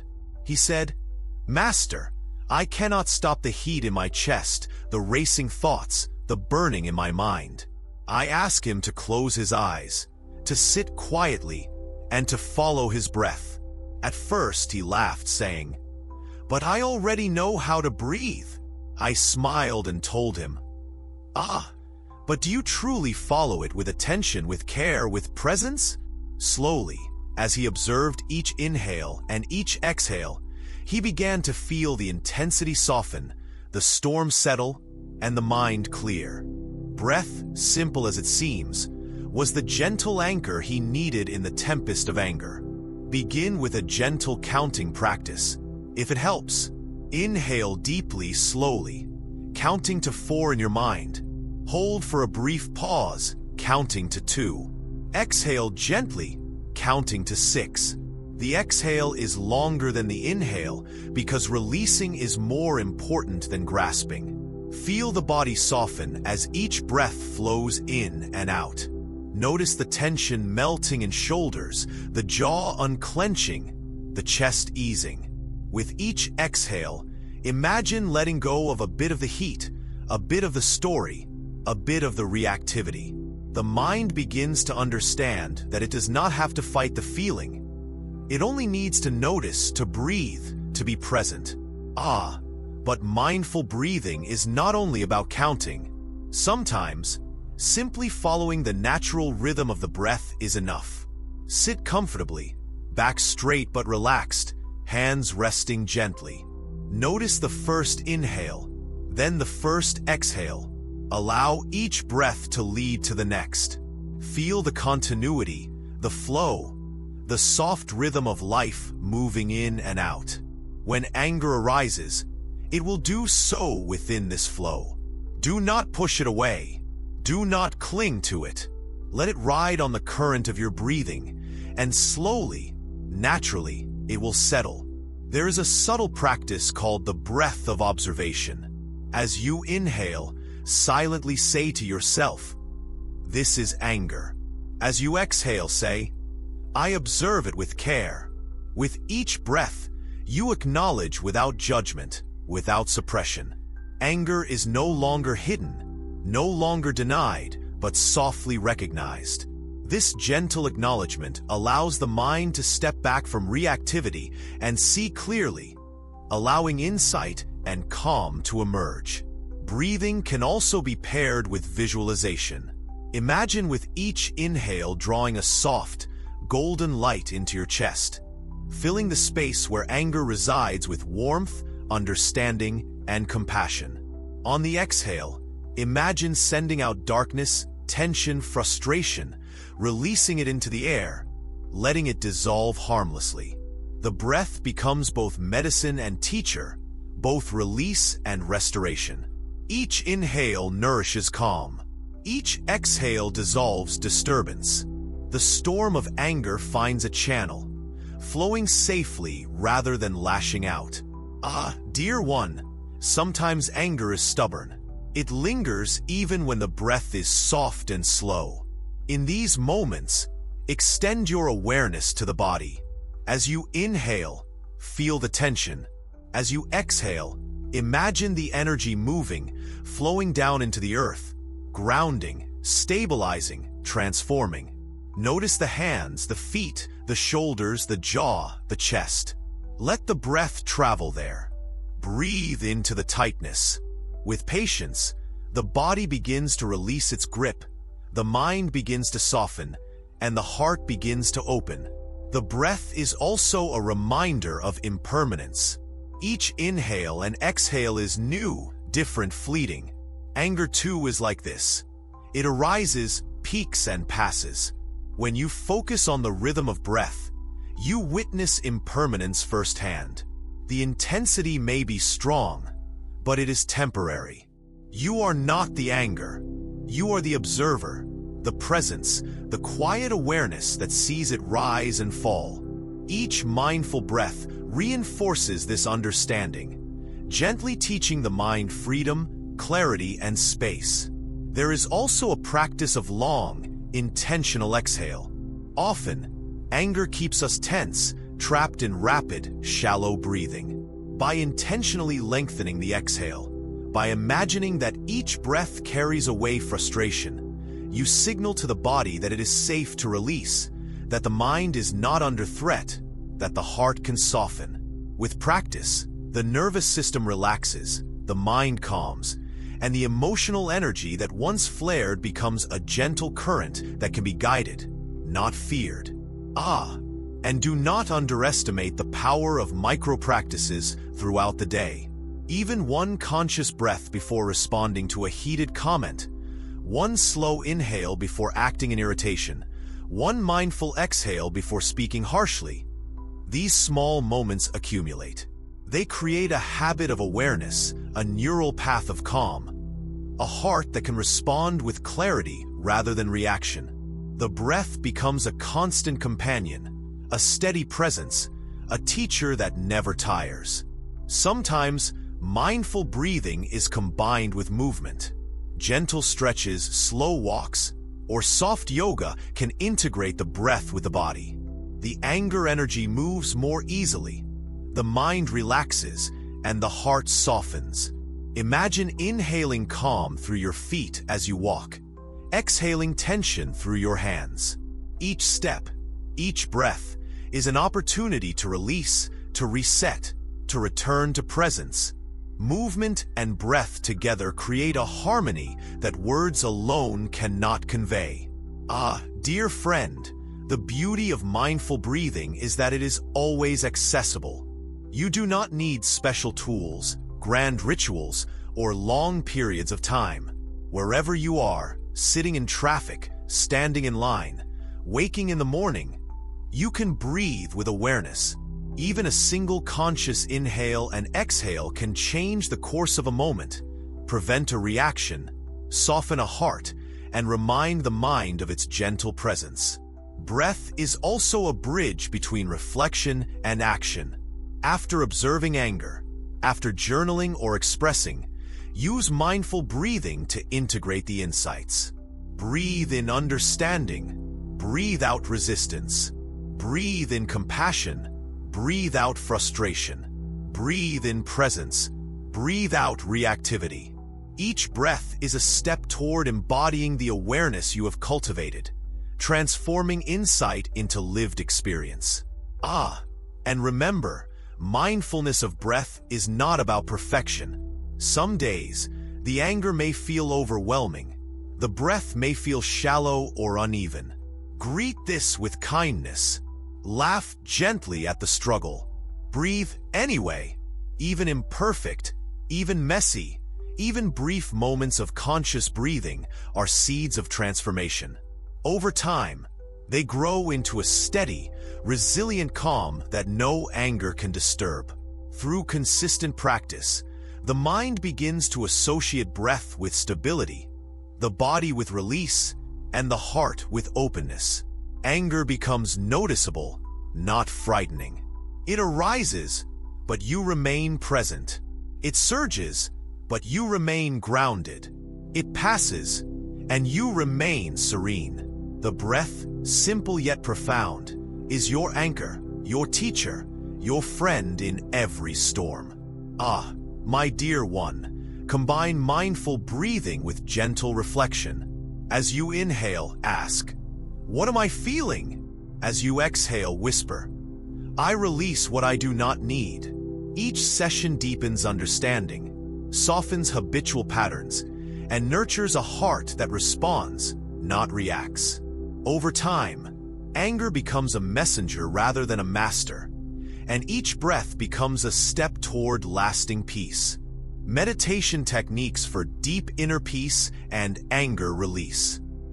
Dear friend, sit with me a moment and imagine the world slowing down around you. Can you feel the subtle weight of your body against the chair or the floor, the tiny rhythm of your heartbeat, the faint hum of life in and around you? Often, anger feels like it erupts suddenly, but it has its roots in tiny moments we barely notice. The irritation when someone interrupts us, the frustration when life does not bend to our will, the subtle tightening in the chest when our expectations are not met. Meditation, my friend, is not an escape from these moments. It is the gentle art of turning toward them, noticing them, and allowing the mind and heart to soften. Close your eyes if you like, and just breathe, but not the shallow, anxious breathing that anger brings. Feel the air slowly filling your lungs, then leaving, like waves rolling onto the shore and retreating, again and again. Imagine each breath as a soft brush that smooths the creases of tension on your mind, a balm on the edges of frustration. Meditation begins simply with awareness, not effort. We are not trying to push anger away or fix it. We are simply noticing, like one would watch clouds pass across a vast sky. There was once a young man, full of anger and confusion, who came to the monastery. He said, "Master, I feel trapped. My anger is like fire, burning everything around me, including myself." I asked him to sit quietly and notice his thoughts as they arose. He struggled at first, feeling the storm within his mind, feeling it restless and loud. But I told him, "Do not fight it. Sit and watch, as if you are a riverbank watching the water flow. Slowly, over days, weeks, months, he discovered that the fire he feared was not an enemy. It was a teacher. Meditation allowed him to witness anger without being consumed. Begin with a simple body scan, my friend. Start at the top of your head and slowly move down. Feel the forehead, the eyes, the jaw. Notice any tension. Without judgment, allow the awareness to move down through the neck, the shoulders, releasing, softening, letting go. Feel the chest expand and contract. Place attention on the hands, the belly, the legs. Where the body is tense, breathe gently into it. Let each breath be a tiny wave of relaxation, a whisper of peace. Meditation is not magic. It is the persistent, tender act of noticing and releasing. Sometimes our minds rebel. Thoughts come, stories come, accusations, fears. Why did this happen? Why did they do that? The mind wants to argue, to solve, to fix. Let it be. Acknowledge the thought, silently say, I see you, I notice you. And return to the breath, to the body, to presence. This is the essence of meditation. A gentle returning, again and again, like a child coming back to their parents' hand in a busy marketplace. Each return strengthens calm. Each noticing softens reactivity. You may also use a point of focus, perhaps a soft image in your mind, a flame, a gentle river, or even a mantra whispered silently. Repeating a word like peace or softness or release aligns the mind with the heart, and slowly, the edges of anger blur. Anger is not denied. It is simply not the center of attention. It becomes a visitor, not a host.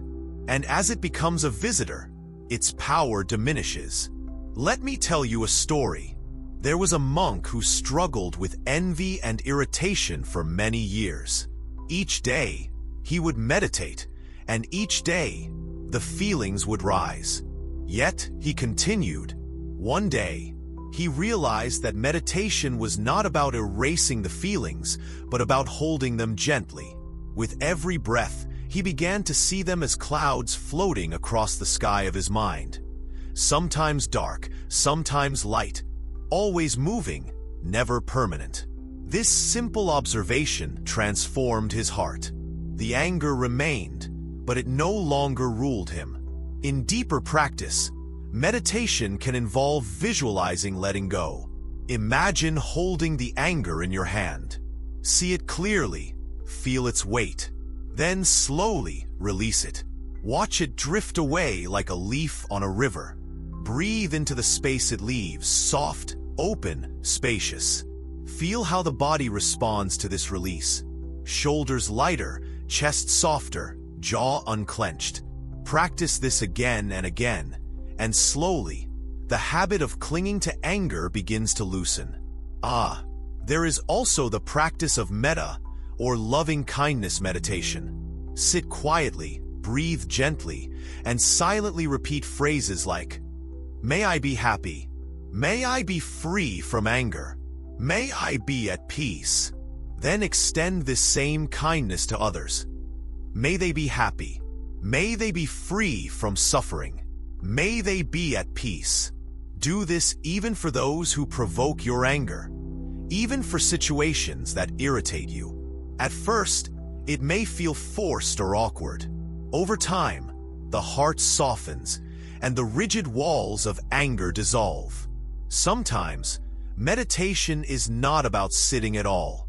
Walking meditation is equally profound. Step slowly, feeling each foot touch the earth. Inhale as you lift a foot. Exhale as it touches down. With each step, notice the weight of your body, the rhythm of your movements, the gentle turning of your mind toward presence. When anger rises, let the movement carry it away, like a leaf on a gentle stream, until your steps become calm, deliberate, soft, and mindful. But remember, meditation is not a race. Do not measure your progress by how quickly anger disappears. Some days, you may sit, and it may feel as though the storm grows stronger. This is natural. Greet the difficulty with kindness.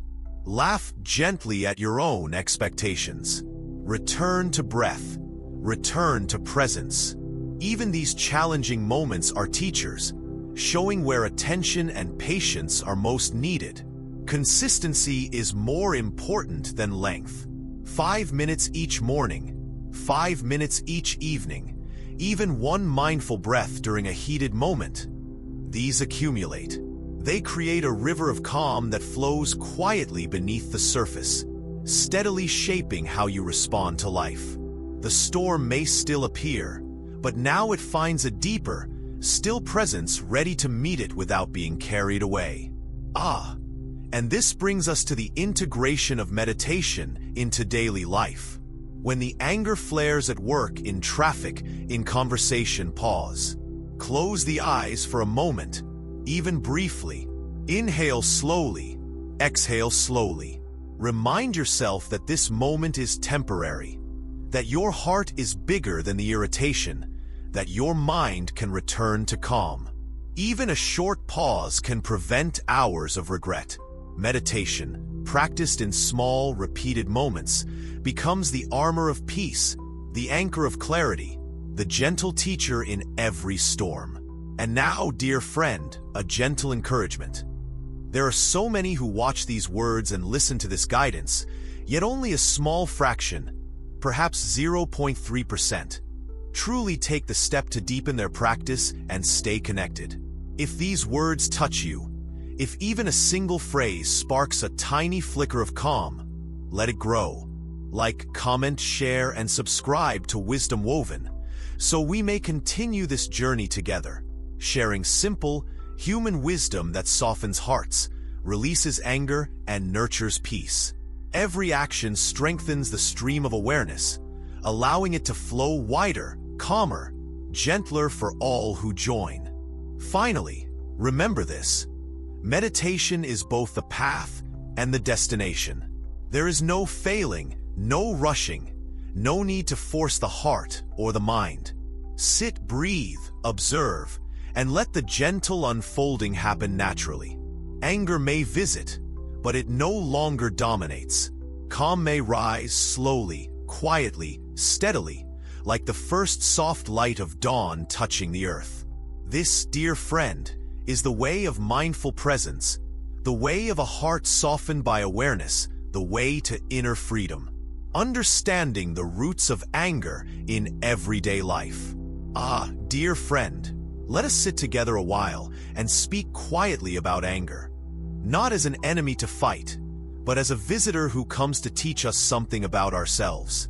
Have you ever wondered why sometimes a small comment or a tiny inconvenience feels like a storm within you, raging and uncontrollable? Perhaps someone cuts you off in traffic, or a coworker says something thoughtless, or even a loved one forgets something important, and suddenly, your chest tightens, your face burns, and your mind spins with frustration. These are the little sparks that ignite the fire of anger. But to truly understand it, we must look deeper beneath the surface. Anger rarely comes from nothing, my friend. It is like a tree whose roots extend far below the soil. What we see is the flare, the snapping of branches in the wind, but beneath, hidden, are layers of habits, past hurts, unmet needs, and unspoken expectations. Perhaps a childhood memory of being dismissed or ignored lies quietly, waiting for the right moment to stir. Or maybe it is simply the mind's desire for control, for things to unfold according to our own plan. Every angry moment is, in some way, a reflection of these unseen roots. And if we wish to calm the storm, we must gently trace them back to their source. I remember a student who came to me, worn with anger.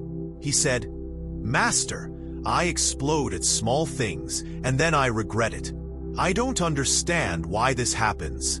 So we sat together by the river, watching the water flow. I said, Anger is like the river's current. Sometimes it is calm, sometimes it swells and rages. To see it clearly, we must understand the riverbed, the stones and mud beneath the surface that shape its flow. We began to speak of his life, not to judge, but to see patterns. Slowly, he began to notice that his outbursts were rarely about the present moment. They were echoes of impatience, fear, and unresolved disappointment. Often, anger arises from unmet expectations. We expect life to unfold in a certain way, yet it does not. A friend does not reply as quickly as we hope. A plan fails, a moment is lost, and immediately the mind interprets this as injustice or insult. The heart tightens and the flame rises. But if we can pause and notice, we may see that the situation is neutral, simply unfolding as it always does. The suffering comes not from the moment itself, but from our attachment to how it should be. Another root is fear. Yes, fear wears many masks. Fear of loss, fear of being disrespected, fear of being misunderstood. When we are afraid, even slightly, the mind reacts with anger to protect itself. It is an ancient mechanism, a reflex left over from times when anger could keep us safe. But in the modern world, this reflex often harms us more than it helps. Meditation and mindful observation teach us to notice the fear before it becomes fury, to meet it gently and understand its nature. Let us speak of attachment. Anger grows when we cling to possessions, to people, to outcomes.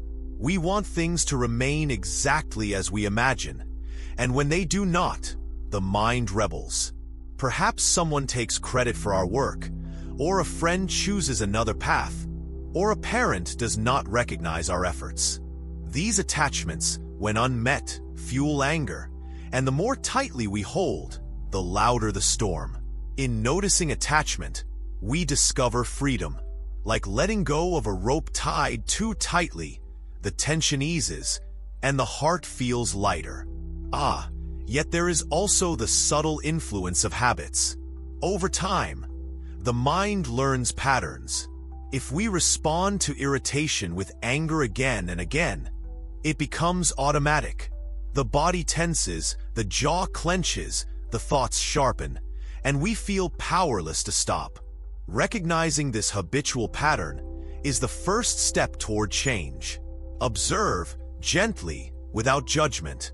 Awareness itself begins to loosen the grip of habit. You will notice that even a brief pause, a single mindful breath, can interrupt the cycle and create space for choice. Sometimes, anger is mixed with pride or ego. We feel our importance threatened or our identity challenged, and immediately, the mind rises in defense. "I am right, they are wrong," says the voice within, and the heart tightens with indignation. Here, the Zen practice teaches humility. To see that our sense of self is just a collection of thoughts and stories, not absolute truth, softens the rigidity. The more flexible the mind, the less fuel for anger. Yet we cannot ignore grief and disappointment. Unprocessed sadness, loss, or regret often hides behind anger. A small irritation may trigger a deeper wound, and suddenly, the response is disproportionate. Meditation and reflection allow these layers to surface safely, like uncovering old, buried stones from a riverbed. When we allow grief and sadness to be seen, anger loses its disguises and clarity begins to appear. Even the body carries memory. Tight muscles, shallow breathing, tension in the chest or stomach. They whisper stories of past anger and stress. By tuning into the body with gentle awareness, by noticing sensations rather than reacting to them, we begin to release old imprints. Anger is not only in the mind, it lives in the body, and through mindful movement, breathing, and observation, the energy can transform. Dear one, notice also the role of impatience. The world moves at its own pace, and often we want it to match our own. A delayed response, a slow line, a quiet friend, all can spark irritation. In cultivating patience, even in small doses, we train the mind to tolerate uncertainty and imperfection. Patience is not resignation. It is recognition that life unfolds in its own rhythm. And there is the subtle trap of comparison. When we see others succeed, be praised, or live differently than we imagined, the mind may flare with envy or frustration. Awareness here is vital. Recognize that every being has their path, their struggles, and their unseen moments of suffering. The mind that softens in recognition of this truth begins to lose its need to react in anger. Lastly, my friend, remember that anger is often a teacher disguised as an enemy. It points to our attachments, our fears, our habits, and our expectations. To meet it with curiosity rather than resistance is the essence of understanding its roots. Observe, breathe, and explore. Do not push it away. Do not indulge it, but simply notice where it arises, what triggers it, and how it moves through you. With time, these insights weave a tapestry of self-understanding and inner calm. Anger in everyday life is not a failure of character. It is an invitation to see more clearly, to know oneself deeply, and to cultivate gentle awareness. Each moment of noticing is a step toward freedom.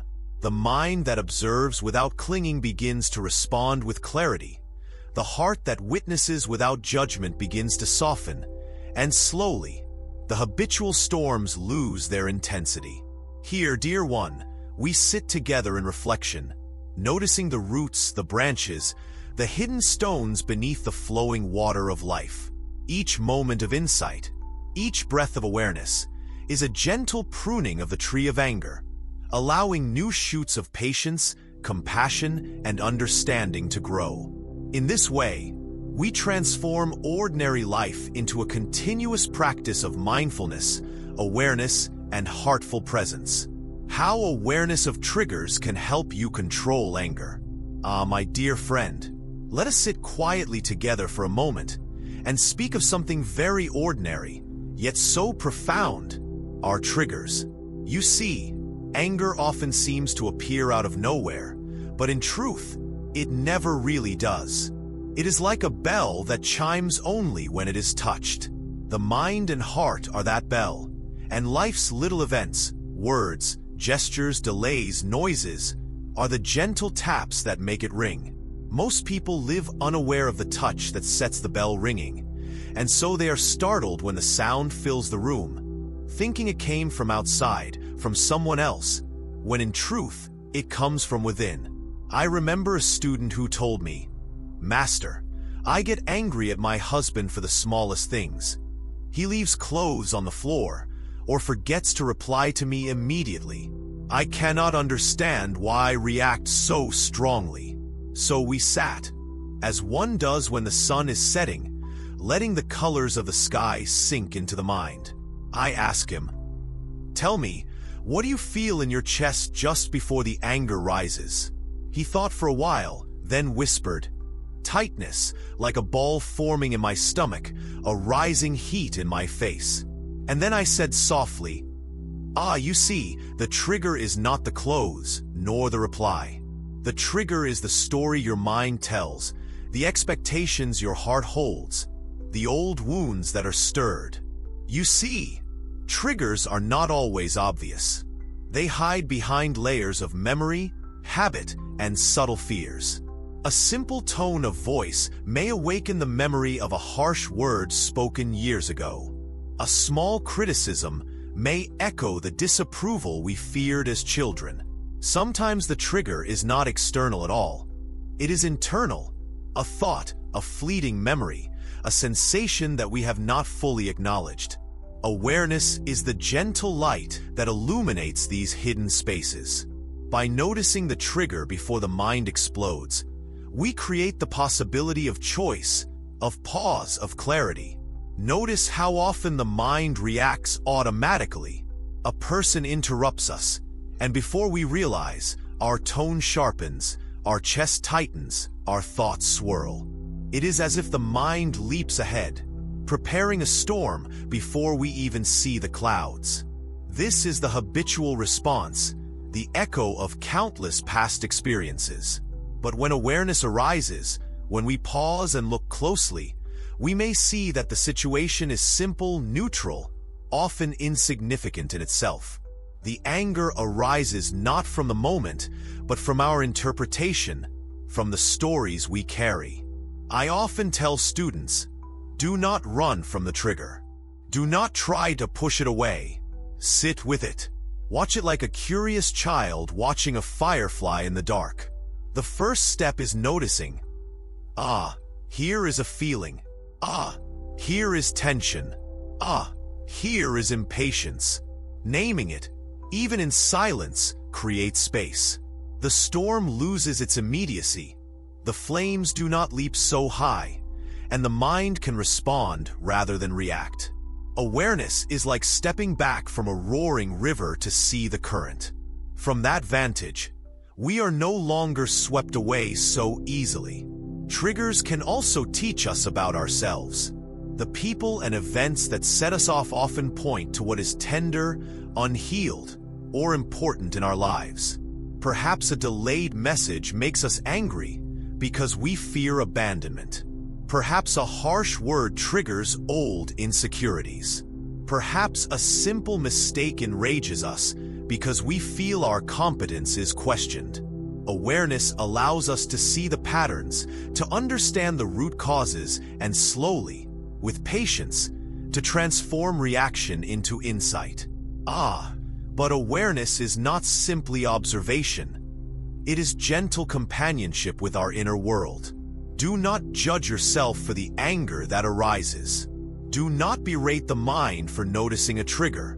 Sit with it. Breathe with it. Allow it to be present. Like a gentle teacher, it is showing you something precious. The parts of yourself that you have ignored, the spaces where understanding and compassion are needed. Each trigger is a doorway to wisdom if we have eyes to see. Sometimes, it is helpful to anticipate triggers. If you know that certain situations repeatedly spark frustration, approach them with mindfulness. For example, a crowded commute, a stressful meeting, or a loved one's habits may predictably awaken irritation. Instead of dreading them, meet them as practice, as a chance to watch the mind, to note sensations, to breathe deeply. The more we become familiar with our patterns, the less they catch us unaware, and the more freedom we discover in each moment. Notice, too, the subtle role of expectations in triggering anger. The mind imagines how things should unfold, how people should behave, how events should align, how life should feel. And when reality does not match, the storm rises. Awareness shines light on these imagined scenarios. This expectation is present. This imagined story is shaping my response. And then, even if the event is unchanged, the mind may respond with gentleness instead of fire. I have seen students who once thought anger was uncontrollable learn to pause even in heated moments. A sudden insult, a critical word, a tiny mistake. Once automatic sparks become signals to breathe, to notice, to choose. They begin to recognize the sequence: stimulus, sensation, story, reaction. In that space between sensation and reaction lies freedom. It is a small space, sometimes almost invisible, but it is always there, like a hidden path through dense forest, waiting to be discovered. Let us consider the body, dear one. Often, triggers create sensations: tight chest, rapid heartbeat, shallow breath. By tuning into the body, we gain a map of the trigger's territory. Feeling these sensations fully, without trying to escape or suppress, allows the energy of anger to move and settle naturally. The body, like the mind, responds to gentle observation. Awareness of bodily sensations is as crucial as awareness of thoughts. And do not underestimate the power of small pauses. Even a single mindful breath at the onset of irritation can redirect the river of response. The mind is like clay, malleable, ready to be shaped with gentle attention. The habitual reaction does not need to dominate. Awareness creates that pause, that choice, that subtle space where transformation can begin. Truly, triggers are teachers. They show us where patience is needed, where compassion is lacking, where attention has been neglected. Each time we recognize a trigger, we are taking a step on the path of mastery over anger, not through force or suppression, but through gentle understanding and kind observation. The mind learns to respond with clarity rather than impulse. The heart softens, and life becomes less a series of battles and more a flowing stream of awareness. Even in relationships, awareness of triggers is profound. We notice how certain words or actions ignite old stories, how certain moments repeatedly spark frustration. Instead of blaming the other, we look inward. What is arising in me? What story am I holding? This shift does not excuse the other's behavior, but it frees us from carrying unnecessary suffering. It transforms anger into insight and tension into understanding. Finally, remember, awareness is a practice, not a one-time achievement. Some days it will be effortless, others elusive, but each effort counts. Each moment of noticing, each breath of attention, each gentle recognition of a rising trigger strengthens the mind and softens the heart. Slowly, gradually, the storms diminish, and the mind becomes a calm lake, reflecting life without distortion, responding without rage, transforming anger into compassion. My dear friend, today we speak of a very subtle, yet beautiful journey. The journey of transforming anger into compassion. Many people think anger is a burden, a weight that must be cast off, a fire to be extinguished, and they do not realize that anger is, in its essence, simply energy misdirected. It is like a river that flows in the wrong channel, creating floods and destruction, when with gentle guidance it could water the fields, nourish the trees, and sustain life. I remember a student who came to me long ago, tears in his eyes, saying, "Master, I cannot control my anger. I hurt those I love most, and then I feel guilt and sadness, and the cycle continues." I ask him to sit beside me, under the shade of an old tree, and watch the leaves trembling in the wind. "Do you see the wind?" I said. "You cannot stop it, yet you can watch it. You can notice how it touches the leaves, how it bends the branches, and you can choose how to place yourself in relation to it." He looked confused at first, but slowly his eyes softened, and I continued. Anger is like the wind. It comes, it moves, it disturbs, but in your awareness, you can guide it, and even transform it. Transformation begins with understanding. We must first look at our anger not as a foe, but as a messenger. What is it telling us? Often, anger arises from a place of fear, from a sense of injustice, from unmet needs, or from a deep desire for life to be different. When we listen carefully, without judgment, we may hear the story behind the flame. Perhaps a loved one's harsh words awaken insecurity. Perhaps a colleague's impatience mirrors our own unfulfilled expectations. Perhaps a delay or mistake brings old wounds to the surface. Awareness of this, without blame, is the first seed of compassion. But compassion is not pity. It is not weakness. It is an open heart that sees clearly, that embraces without harm. Imagine a child crying in the night. You do not scold. You do not strike. You do not push the child away. You sit, you breathe with them. You hold space. That same tender approach can be turned inward, toward ourselves and outward, toward those who ignite our anger. When we notice the rising heat, we can pause and ask, what is this feeling really asking? What is this moment teaching me? I often tell students, the person who angers you is your greatest teacher. At first they protest, Master, how can that be? They hurt me. And I smile, because they are right, of course they hurt.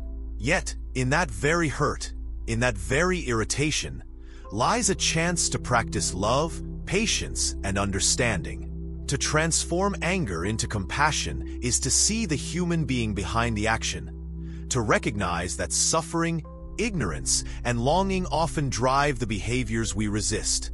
Consider the body once more. Anger often ignites in the chest, heats the face, tightens the stomach. Compassion can begin with a breath, a gentle release of tension, a softening of muscles. As the body relaxes, the mind finds space. In this pause, we may imagine sending kindness toward ourselves first, acknowledging, I am feeling anger. It is natural. I am learning. And then extending outward, toward the person, toward the event, with a silent wish that they may be free from suffering. This is not denial. It is not acceptance of wrongdoing. It is a gentle, powerful act of transformation. Let me tell you a story. A student once told me of a neighbor who repeatedly caused frustration. Noise at night, careless behavior, disrespectful words. At first, the student's anger was fierce, burning every thought. But with practice, he began to observe the triggers, breathe through the rising tension, and imagine the neighbor as a human being struggling, perhaps unaware, perhaps suffering. Slowly, his heart softened, and in moments of irritation, he found he could respond with clarity rather than lash out. The neighbor's actions had not changed, but the student's inner storm had become a gentle stream. Transformation is also nurtured by empathy. To truly convert anger into compassion, we practice stepping into another's shoes, imagining their perspective, feeling the limitations, fears, and needs that shape their behavior. This does not mean condoning harm, but it allows the mind to release the rigid grip of resentment. In that release, we experience freedom, a lightness that anger cannot provide. Compassion becomes not an obligation, but a natural response to understanding. We must also remember patience. Anger has been trained over years, decades, sometimes a lifetime. The transformation is gradual, like turning a large ship. The first small movements of the rudder may barely change direction, but with persistent awareness, the ship slowly aligns with a new course. So we breathe, observe, imagine, and respond again and again. Each time we pause before reacting, each time we soften instead of strike, we are shaping the mind, forming the habit of compassion. And humor, my friend. Humor is a gentle ally in this journey. The ability to smile at our own reactions, to recognize the absurdity of small grievances, to see how often the mind inflates minor irritations into mountains. This lightness allows anger to dissolve naturally. Laughter, even quiet, inward laughter, softens the heart and prepares the soil for compassion to grow. Even daily rituals can support this transformation. A simple breath before responding, a short reflection on the impermanence of situations, a moment of gratitude, or imagining kindness toward another. These small, consistent practices become bridges, guiding anger into understanding and resentment into care. Awareness plus intention forms a powerful path. Remember, compassion toward others is mirrored by compassion towards self. Often, our harshest anger is directed inward, criticizing our own failings. By treating ourselves with gentle kindness, we cultivate a heart that can extend the same toward others. The cycle of anger and self-criticism slowly unravels, replaced by acceptance, clarity, and warmth. And yet, do not be disappointed if transformation is imperfect. Some days, the mind may erupt, the body may tremble with anger, the heart may feel tight and resistant. This is the natural rhythm of human life. Awareness allows us to notice, breathe, and return again. Each moment of observation is itself a small victory. Each pause a subtle step toward mastery. Each softened response a flowering of compassion. Ah, my dear one, notice how slowly, gently, the mind begins to change. The old reactions no longer dominate. The body no longer tenses as quickly. The heart no longer hurls itself against the world. Compassion begins as a whisper, a small shift in attention, a gentle softening. Yet with time, this whisper becomes a voice. The soft stream becomes a flowing river, and the storm of anger finds its energy transformed, moving, nourishing, sustaining life rather than destroying it.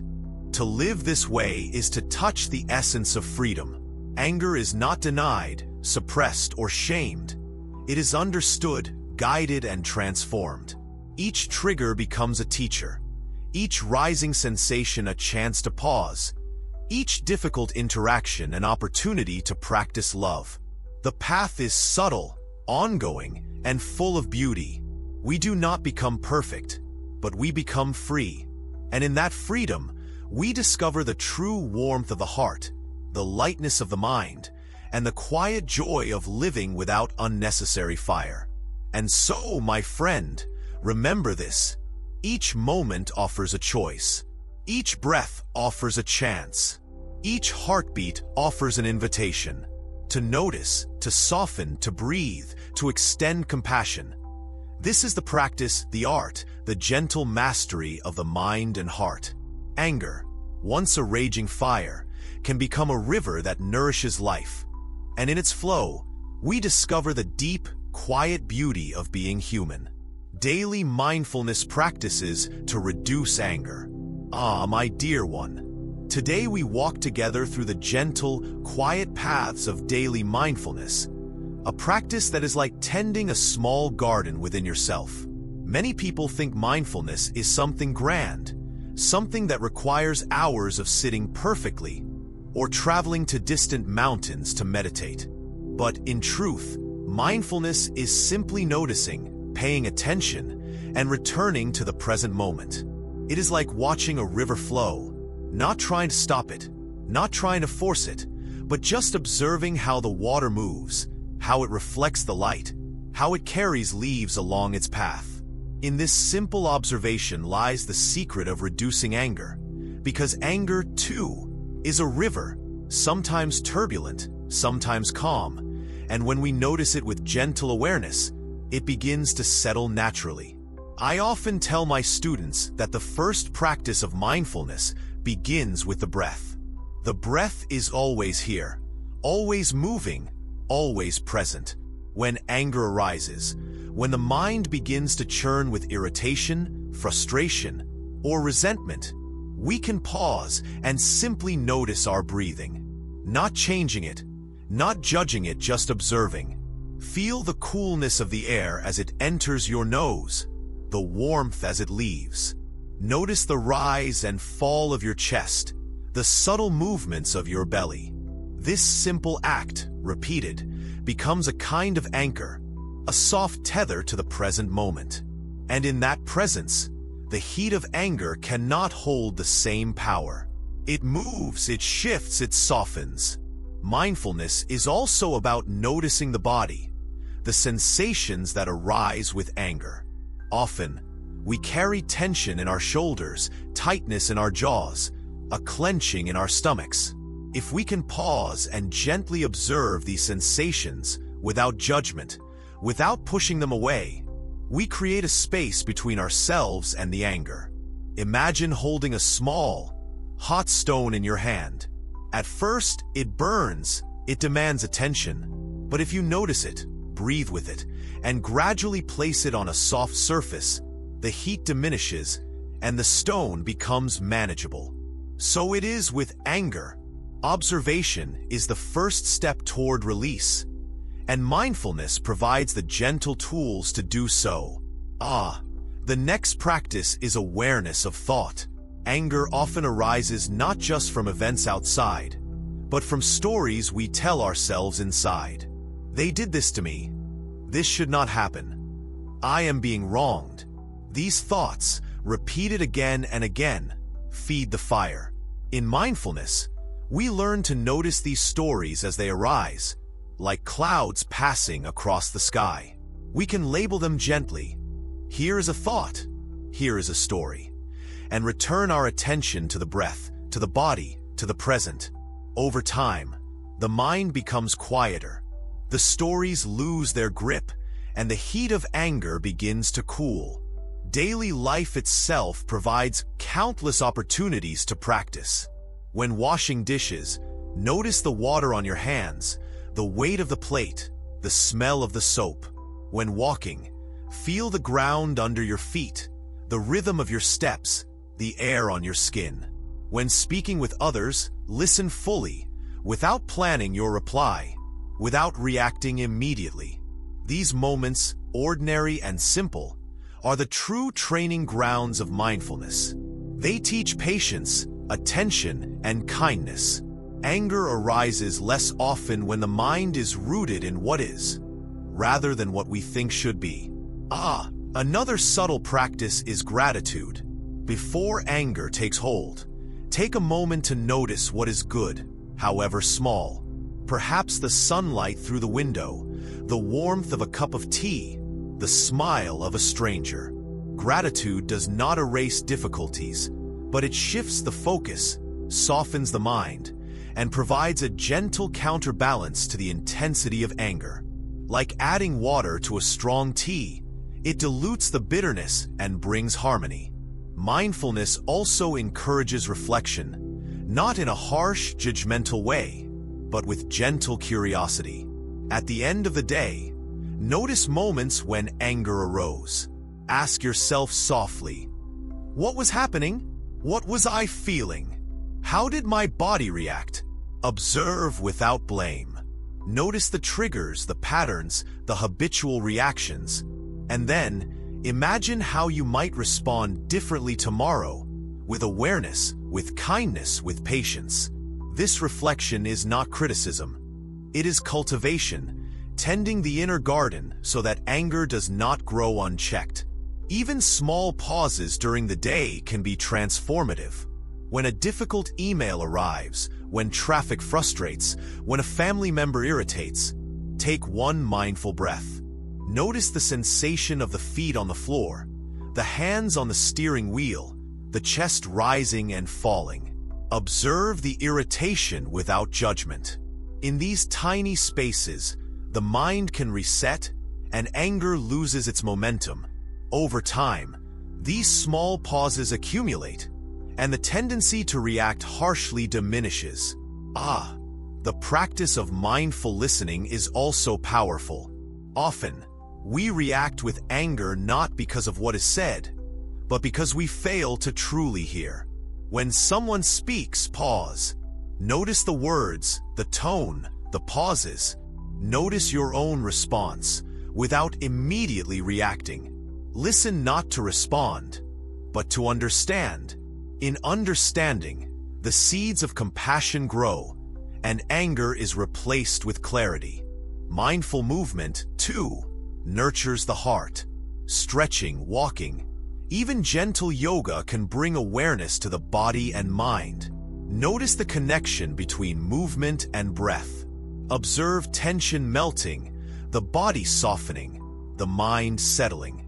Anger often resides in stiffness, in resistance. Movement combined with attention allows the river to flow more smoothly, naturally reducing the heat of emotion. Let me share a story. A student once came to me, burdened with anger toward a coworker who had spoken harshly. Day by day, we practiced mindfulness, noticing the breath, observing the body, pausing before responding, reflecting at night. At first, the fire blazed fiercely, but slowly, the student learned to observe without reacting. The anger remained, but its shape changed. It became smaller, manageable, a teacher rather than a tyrant. And one day, the student realized he could interact with a coworker without the same tension, with clarity, with calm. The river had been guided, and life flowed more gently. Mindfulness also teaches self-compassion. Often, we are hardest on ourselves, allowing anger to fester internally. By noticing our own frustration without judgment, by offering ourselves kindness, we prepare the mind to respond with understanding toward others. Anger is contagious, but so is calm awareness. When we practice mindfulness within, it radiates outward, softening interactions, nurturing relationships, and creating harmony. Remember this, my friend. Consistency is more important than perfection. Mindfulness is not a practice to master quickly, nor is it a shield against life's difficulties. It is a gentle daily tending, an ongoing awareness, a moment-to-moment return to presence. Each breath, each observation, each pause contributes to the transformation of the heart, the softening of anger, the awakening of understanding. Even in the smallest daily rituals, making tea, folding laundry, walking to the market, we can practice. Notice the taste, the texture, the feeling of life passing through your hands. Observe thoughts as they rise and fall, like clouds in the sky. Sense emotions as they come and go, like waves on the shore. With each moment of attention, the river of anger slows, the mind becomes clearer, and the heart grows lighter. And so, my dear one, the path of mindfulness is not complicated. It is not distant. It is here, now, in each breath, each step, each glance. By observing, by pausing, by reflecting, by listening, we cultivate a mind that does not react blindly, a heart that does not cling to heat, a life that is freer, calmer, gentler. In this practice, anger loses its power, and life becomes an open, flowing river, carrying us toward peace, understanding, and quiet joy. Remember, even one mindful breath, repeated often, can be a seed, and many seeds, nurtured daily, grow into a forest of calm, a sanctuary within, a mind and heart capable of facing the world with balance, clarity, and love. Mindfulness is not a remedy for life's challenges, but a companion, a guide, a gentle hand on the shoulder, reminding us to notice, to soften, to breathe, to be present. And in this presence, anger melts, compassion grows, and the heart blooms quietly, endlessly beautifully. Handling difficult people with Zen awareness. My dear one, handling difficult people. It is like walking through a garden overgrown with thorns. You cannot simply push the thorns away or chop them down in anger. You must learn to walk carefully, to notice each step, and to move with awareness. Many times, people think that handling someone difficult means changing them, convincing them, or teaching them a lesson. But the truth, the subtle truth, is that handling begins within, with how we meet the other with our own mind and heart. Difficult people are mirrors, yes. Even though they may not smile back gently, they reflect parts of ourselves that are impatient, reactive, or fragile. When we notice that someone irritates us, frustrates us, or pushes our buttons, it is not because they are inherently evil or cruel. It is because something inside us is being touched, some corner of our mind that holds expectation, fear, or pride. Zen teaches us to pause, to breathe, to notice that reflection before responding. This pause is a bridge, a quiet place where the storm does not take control, where we can choose not to react blindly. It is so easy to get caught in stories, is it not? We tell ourselves, this person is rude. They never listen. Why are they always like this? And the mind begins to spin, like a whirlwind that lifts leaves, dust, and small branches into the air, making everything chaotic. But in mindfulness, we notice the story, the whirlwind, and we do not have to ride it. We simply breathe, we observe the leaves swirling, and we realize this is temporary. It is passing, just as clouds pass over the sky. The person's actions, their words, even their harshness, do not have to control our mind. One very gentle practice is to begin with curiosity rather than judgment. When someone acts in a way that troubles you, instead of immediately feeling anger, resistance, or fear, pause and ask softly, "What is happening here? What are they experiencing?" Difficult people are often wrapped in their own confusion, their own suffering, even if it is hidden or disguised by harsh words. Seeing them as humans, as beings who carry pain and history just as we do, softens the heart. The hardness inside begins to melt, and our response becomes more measured, more skillful. Patience, my friend, is like a river that wears down stone. When you meet someone who challenges you, remember that your patience is the water, not the stone. You do not need to force them to change. You do not need to confront with sharpness. You simply meet each moment with awareness, like dipping your hand into the water and feeling its coolness, its flow. You may speak, yes, but speak with clarity, with calmness.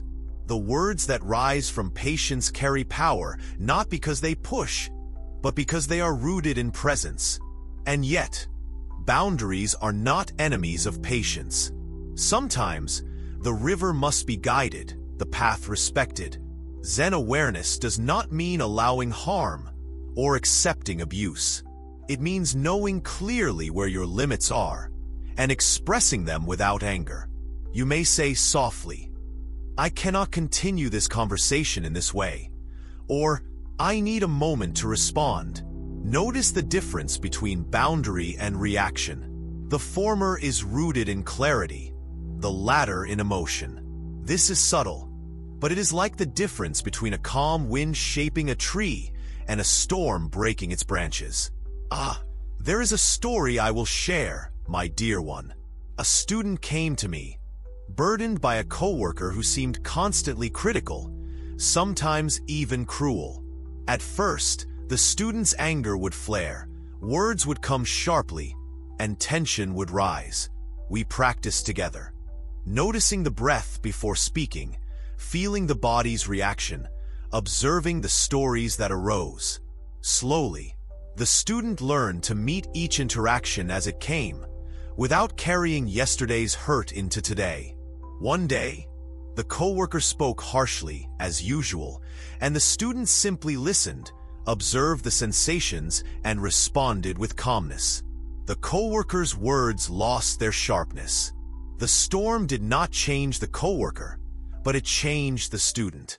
The mind was lighter, the heart softer, and harmony quietly returned. Humor, too, is a gentle ally. Sometimes, when we see the absurdity of human reactions, when we notice how everyone, including ourselves, struggles and fumbles, a soft smile rises inside. Not a mocking smile, no, but a smile of recognition. Life is messy, people are imperfect, and our response can be light, not heavy. When we meet difficulty with lightness and awareness, we do not carry the unnecessary weight of resentment. The heart moves freely, like a bird in open sky. Listening deeply is another powerful practice. When someone is difficult, often they wish to be heard, even if they do not know how to express it kindly. By listening fully, without planning a retort, without reacting, we open a space where understanding can arise. Sometimes, simply being heard calms the storm within the other, and also within ourselves. We do not need to fix, we do not need to teach. We simply notice, simply listen, and presence itself becomes a balm. The mind is our companion in handling others. When a harsh word comes, notice how the mind leaps forward, ready to defend, attack, or retreat. Pause. Notice the body's reaction. Notice the thoughts. And then choose to respond, to remain silent, to act wisely. Each choice, made with awareness, strengthens the mind's ability to remain calm, even amidst difficulty. Over time, patterns change. Responses that were once reactive become thoughtful. The difficult person remains, perhaps unchanged, but the student, our dear one, has become more peaceful. Self-compassion is essential. Do not be harsh with yourself for feeling frustration, irritation, or even anger. Notice it, breathe with it, and offer kindness.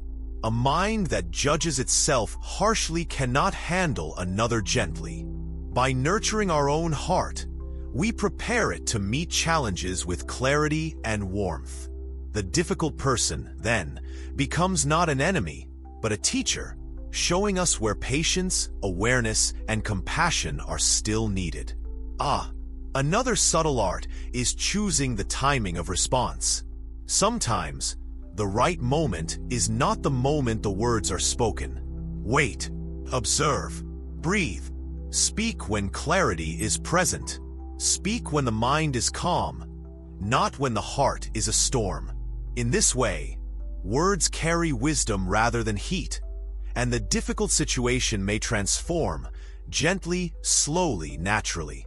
Even silence is a practice. Not every situation requires explanation. Not every harsh word needs a reply. There is power in calm presence, in quiet observation. The difficult person's energy may fade in the face of unreactive calm. This does not mean avoidance. It means wisdom in meeting the world without adding unnecessary conflict. And so, my dear one, handling difficult people with Zen awareness is a journey of returning, again and again, to the present moment, to breath, to body, to mind. It is learning to pause before reacting, to notice the stories we tell, to cultivate patience and compassion, to set boundaries with clarity, to listen deeply, to respond thoughtfully, and to carry lightness in the heart. Each moment of awareness is a seed. Each mindful breath is a water droplet that nourishes the seed.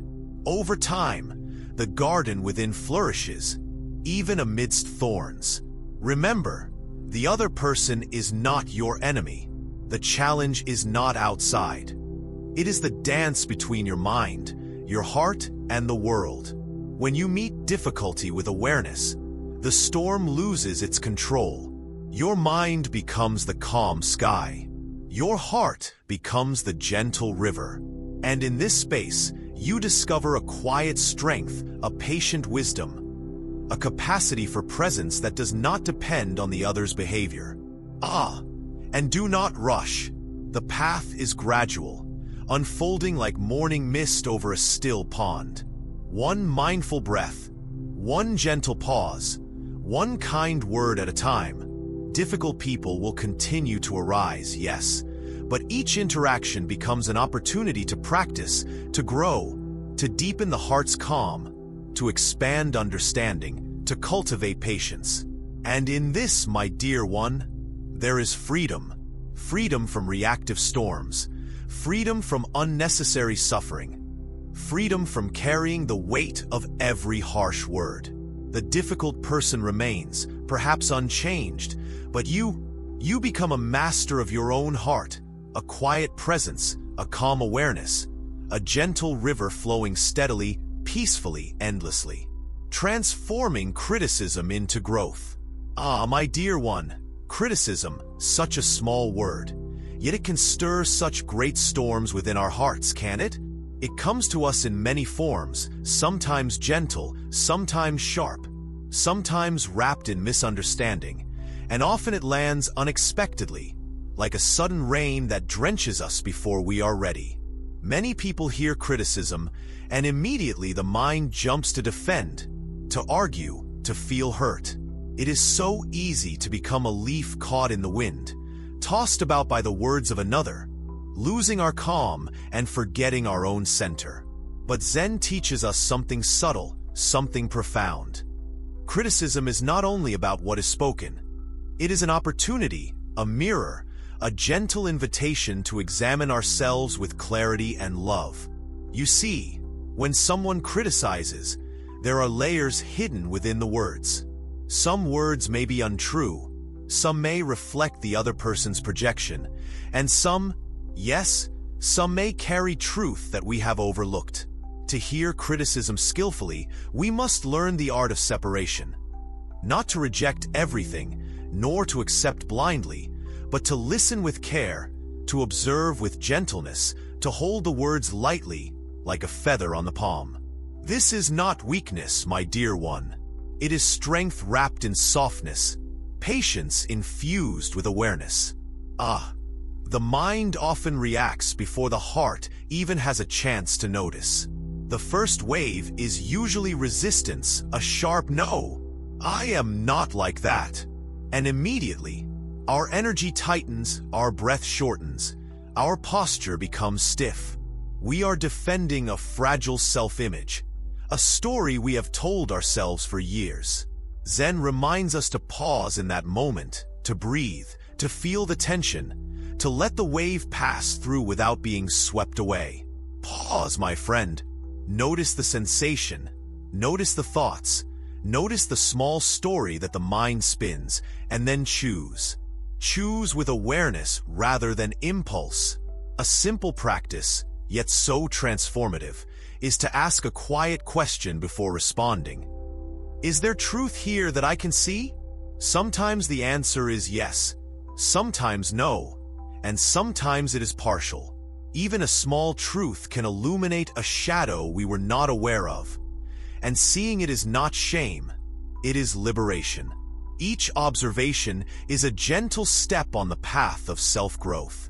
And when the criticism feels harsh or unfair, we can remind ourselves that even in unkindness there is a lesson. For it shows us the edges of our patience, the depth of our self-understanding, the places where our heart has yet to soften.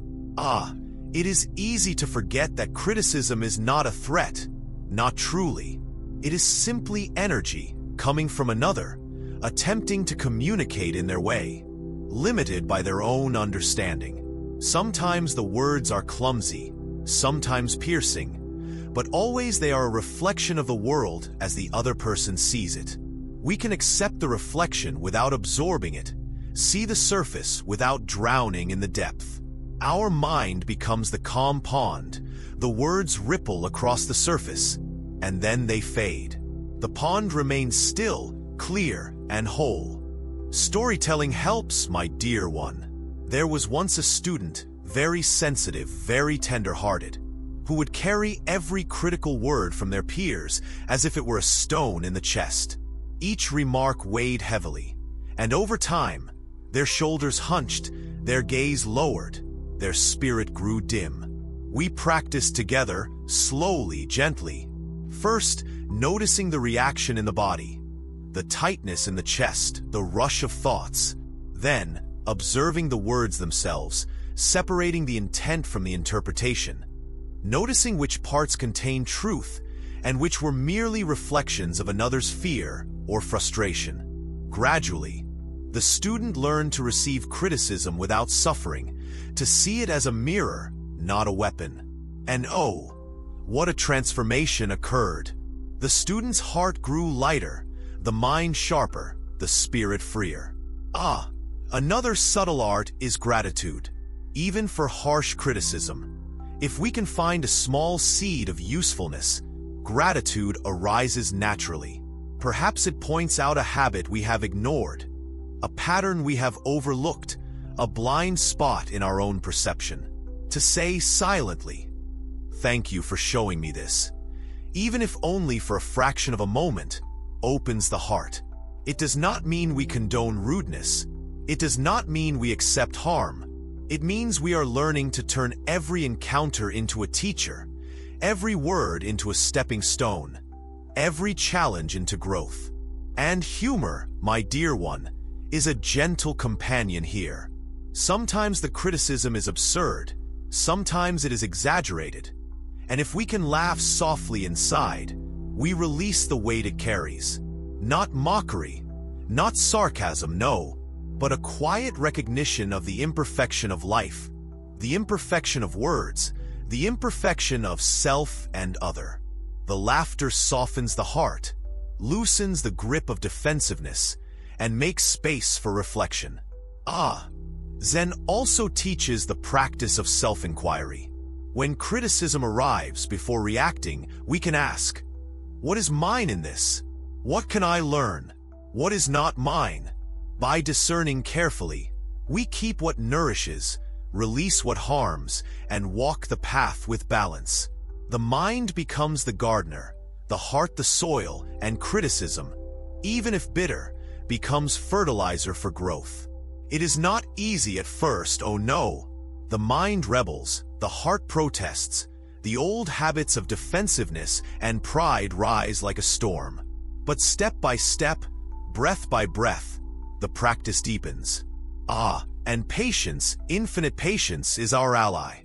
We may hear the same criticism again and again, sometimes from the same person, sometimes from many. At first, each repetition may sting, may flare the old wounds. But with awareness, each repetition becomes a gentle bell, reminding us to pause, breathe, observe, reflect, and choose our response wisely. The criticism no longer controls us. The words no longer dictate our emotional state. We remain steady, calm, compassionate, and alert. Another delicate truth is that sometimes growth occurs not immediately, but over time. The seed of awareness planted in the soil of criticism may take months or years to bloom. We do not force it. We do not rush it. We water gently with mindfulness, sunlight with compassion, patience with understanding. Slowly, surely, the tree of insight grows, its roots deep, its branches spreading, its leaves resilient. Criticism, once a shadow, becomes a teacher, a mirror, a guide towards self-mastery. And so, my dear one, transforming criticism into growth is a dance of awareness. We meet the words without attachment, observe the feelings without judgment, reflect on the truth without defensiveness, respond with clarity without aggression. We nourish the heart, steady the mind, open the spirit. Each encounter with criticism becomes an opportunity to practice presence, patience, discernment, and love.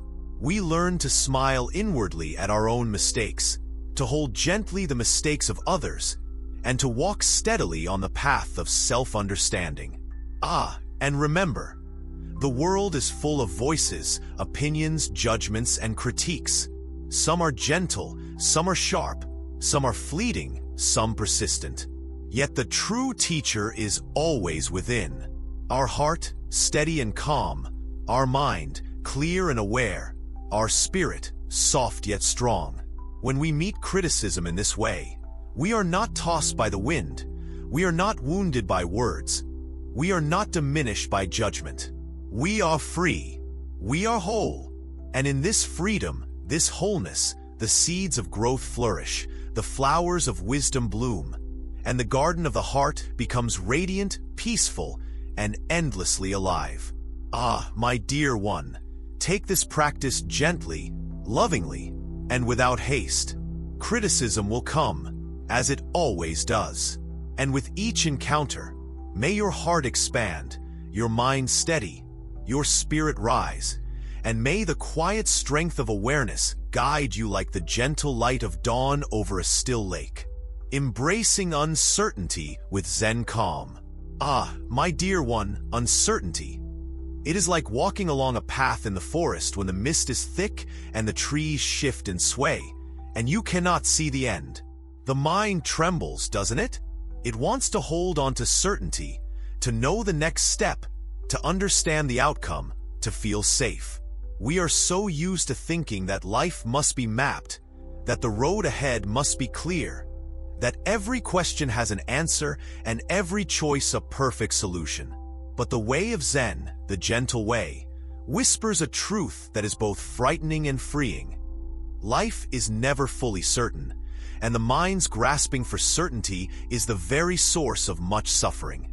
When we look deeply, we see that uncertainty is not a problem to fix. It is the nature of life. The wind changes direction, the river bends, the clouds drift, and so too does our existence. To resist uncertainty is to resist the flow of life itself. And yet, the mind rebels. "I need to know," it cries. "I need stability, predictability, answers." Ah yes, the mind is clever, persistent, like a small child afraid of the dark. But the heart, the quiet heart, knows something else. There is beauty in not knowing. There is learning in the mystery. There is growth in the unfolding of each moment without map or plan. Let me tell you a story, my dear one, a simple story of a bamboo grove. There was once a traveler walking through a dense bamboo forest. The path was unclear, the mist thick, and the traveler's steps cautious. Every rustle of leaves, every whisper of wind, made the heart pound with worry. But the traveler continued, one step, then another, paying attention to the ground beneath, to the sound of the stream nearby, to the small light breaking through the leaves. And slowly, a strange calm settled in. The traveler realized that even though the path was uncertain, each step was enough. The mist could hide the road ahead, but the present moment was always clear. The present step was always enough. Ah, this is the practice we speak of. Uncertainty is not a storm to fight, but a landscape to walk through with mindfulness. When the mind seeks control, we gently remind it. The path will reveal itself in time. Trust the unfolding. We do not force clarity. We do not demand certainty. We do not clutch at illusions of safety. Instead, we breathe, we observe, we let the mind rest in the spaciousness of not knowing. This is not inaction, my dear one. It is a calm, deliberate presence, a quiet trust that even when the future is hidden, we are supported, we are capable, we are alive in this very moment. Many people confuse uncertainty with fear, and yes, fear often comes as our mind imagines worst-case scenarios, paints shadows on the wall, inflates dangers, magnifies losses. The Zen way does not deny the fear. No, it looks at it directly. We invite it to sit beside us, like a small child holding our hand. We acknowledge its presence, we feel its tight grip, we notice its whispers, and yet we do not let it lead. The fear is part of the landscape, not the path itself. And when we breathe, when we soften, when we bring gentle attention, the fear begins to loosen, the tension begins to melt, and the heart remembers that it can hold uncertainty without being undone. Ah, and humor is a kind companion here too. Life is often absurd, unpredictable, full of twists we cannot imagine. To smile softly, even in confusion, is to step lightly upon the earth. Sometimes, we expect the wind to blow one way, and it blows another, and the mind sighs. But the heart may laugh quietly, noticing the unexpected dance of events, and the laughter opens the chest, releases tension, and lets us move with grace rather than stiffness. There is freedom in the gentle smile, freedom in the acknowledgement that we do not control everything. And that is precisely what makes life alive, rich, and surprising. Let us consider choice in uncertainty. Often, we wait for the perfect moment, the right decision, the clear answer. But life does not pause for perfect clarity. We must learn to step forward with what we have, with the light available to us, with courage wrapped in simplicity. Each choice, each step, is an opportunity to practice trust, to practice discernment, to practice presence. Sometimes we stumble, sometimes we correct, sometimes we discover new directions we could never have planned. The path opens because we move, not because we wait for certainty to arrive. There is also the practice of gratitude here, even in uncertainty, to be grateful for the moment, for the breath, for the small senses of comfort and connection, is to anchor ourselves in life's immediacy. Even if tomorrow is hidden, even if outcomes are unclear, the present is always tangible, always here, always rich with simple gifts. We can see the sunlight filtering through a tree, feel the cool touch of water, hear a bird's song, and in this noticing, our heart finds a quiet steadiness. Uncertainty becomes not an enemy, but a teacher, a companion, a field for the blossoming of awareness. Storytelling again, my dear one, brings clarity. There was once a young monk, anxious about the future, afraid of the unknown. Each day, he worried what the next step would bring. His teacher said simply, "Walk. Just walk and notice." At first, the monk resisted. "But I must know," he said. The teacher smiled. "Do you need to know every step? Just take the step in front of you." And slowly, the monk began to walk mindfully. The path was uncertain, the weather unpredictable. Yet with each mindful step, his fear softened. He realized that life unfolds one moment at a time, that uncertainty does not diminish him, that even in not knowing, he is whole, alive, and capable. This is the teaching of presence in uncertainty. It is important, my dear one, to remember impermanence here. All is changing, all is moving, all is uncertain. This is not despair, it is liberation. We cannot cling to outcomes. We cannot grasp permanence. We cannot demand that life bow to our desires for predictability. But we can embrace the moment. We can engage fully. We can walk with steady heart and attentive mind. Uncertainty becomes a canvas for mindfulness, a stage for courage, a field for love, a teacher for wisdom. The mind will still resist, yes, it will chatter. It will imagine disasters. It will long for certainty. Do not be harsh with the mind. Do not scold it. Watch it, listen to it, acknowledge its concerns, and then return to the breath, to the body, to the present. This gentle cycle, repeated over time, strengthens the heart, steadies the mind, and opens a spaciousness where uncertainty no longer threatens, but simply is. And in this spaciousness, we discover the soft joy of life, the calm acceptance of each moment, the serenity that does not depend on knowing the outcome. Dear one, uncertainty will come, as it always does, in every life, in every breath, in every choice. The practice is simple in essence, though subtle in application. Notice, breathe, soften, smile, step, and trust. Trust in the unfolding. Trust in your own resilience. Trust in life itself. The path is alive. The present is enough. The heart is strong. The mind is clear. And the spirit can rise unshaken, even when the fog obscures the way ahead. So walk gently with uncertainty, my dear one. Embrace it, not as a threat, but as a companion. Step lightly, breathe deeply, smile softly, and let each moment teach you. The path may be hidden, the future unknown, the winds unpredictable. But the step you take now, the breath you feel now, the heart you open now, are always clear, always enough. And in this clarity, in this simplicity, you become free, whole, and alive, finding stillness in daily chaos. My dear one, stillness, it is a strange thing, is it not? We hear the word, we read about it in books, we imagine a serene lake untouched by wind, a quiet temple hidden among mountains, the silence of early morning before the world wakes. And yet life, our daily life, is rarely like that.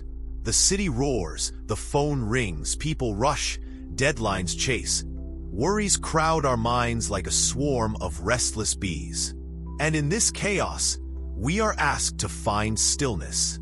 How can we? How do we? How is it even possible? This is the question many ask, and it is a good question, a very human question. I want you to imagine, for a moment, a pond.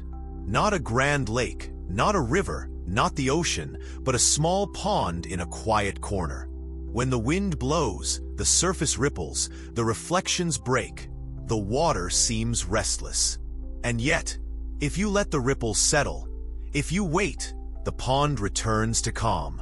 The surface smooths again, reflections deepen, the water breathes quietly. Life is much like this, my dear one. Even in the midst of chaos, there is a possibility for stillness. We are like the pond, stirred and shaken by currents, but with gentle awareness, we can let the waves settle, if only for a moment, if only in the breath, if only in the noticing. Daily life often teaches us the illusion that stillness must come from silence, from retreat, from emptiness around us. But I tell you, stillness is not outside. It is inside. It does not require a temple or mountains. It requires attention, presence, and the willingness to notice the moment as it is. Imagine sitting with a cup of tea, the steam rising, the warmth in your hands, the subtle taste on your tongue. In this small act, in this tiny noticing, stillness begins. The mind may chatter, yes, but the breath grounds, the senses anchor, and the heart softens. This is not grand meditation. It is a gentle, ordinary practice, and it is enough. And sometimes, stillness is like a hidden garden in the midst of a bustling city. You walk. You are surrounded by horns, voices, footsteps, yet inside, in your mind, a quiet corner blooms. It is subtle, not forceful. It is not about shutting out the world, my dear one, but about seeing the world while remaining rooted in calm. To witness a heated conversation, to feel the tension at work, to stand in a crowded market, and yet to carry a heart that is steady, soft, and aware. This is the true practice of stillness. Let me tell you a story, if I may. There was a woman, always busy, always running, always solving, always thinking, always exhausted. One day, she sat on a park bench, simply because her legs were tired. She did not plan to meditate. She did not seek wisdom. She simply sat. The birds chirped, children laughed, leaves rustled. And slowly, without effort, she noticed her breath. She felt her body. She observed the world moving around her without being carried away by it. The chaos was still there, yes, but she had found a space, a moment, a quiet pond in her mind. That small stillness was enough to carry her through the rest of the day with more ease, with more clarity, with more warmth in her heart. This is what I wish to show you. Stillness in daily life is not perfection. It is not the absence of difficulty, nor the absence of noise. It is a practice, gentle and patient. Sometimes the mind will be loud, emotions will swirl, circumstances will press. And yet, if we pause, even for a single breath, we can feel the difference. A breath, a notice, a softening of shoulders, a glance at the sky, a sip of water, a moment of listening. These are doors to stillness. They are ordinary, yes, but profound. And repeated again and again, they anchor the heart in peace amidst the storm. We often think stillness must be achieved in great stretches of time. But I say, small moments are treasures. A minute before a meeting, a pause before speaking, a single breath before responding to anger, a glance at the leaves outside the window. These are not wasted moments. These are invitations to touch the calm beneath the noise. And as you practice, as you notice, as you return to the breath again and again, the mind learns the taste of stillness, and it will seek it even amidst activity. The mind will argue, "My dear one," it will say, "I have no time, I am too busy, the world is too chaotic. Ah yes, the mind is clever. But remember, stillness is not an addition to life. It is not extra. It is not something we earn. It is a return, a remembering, a noticing of what is always present. The breath is always here. The heart is always beating. The awareness is always watching. Even in the middle of chaos, we can breathe, and the world can be witnessed without being swallowed. There is also an art in movement, my dear one. Stillness does not always mean sitting quietly.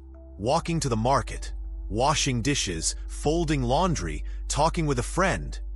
These too are places to find calm. When attention is gentle, when presence is sincere, movement itself becomes meditation. Each step, each gesture, each word, each breath can carry the weight of awareness.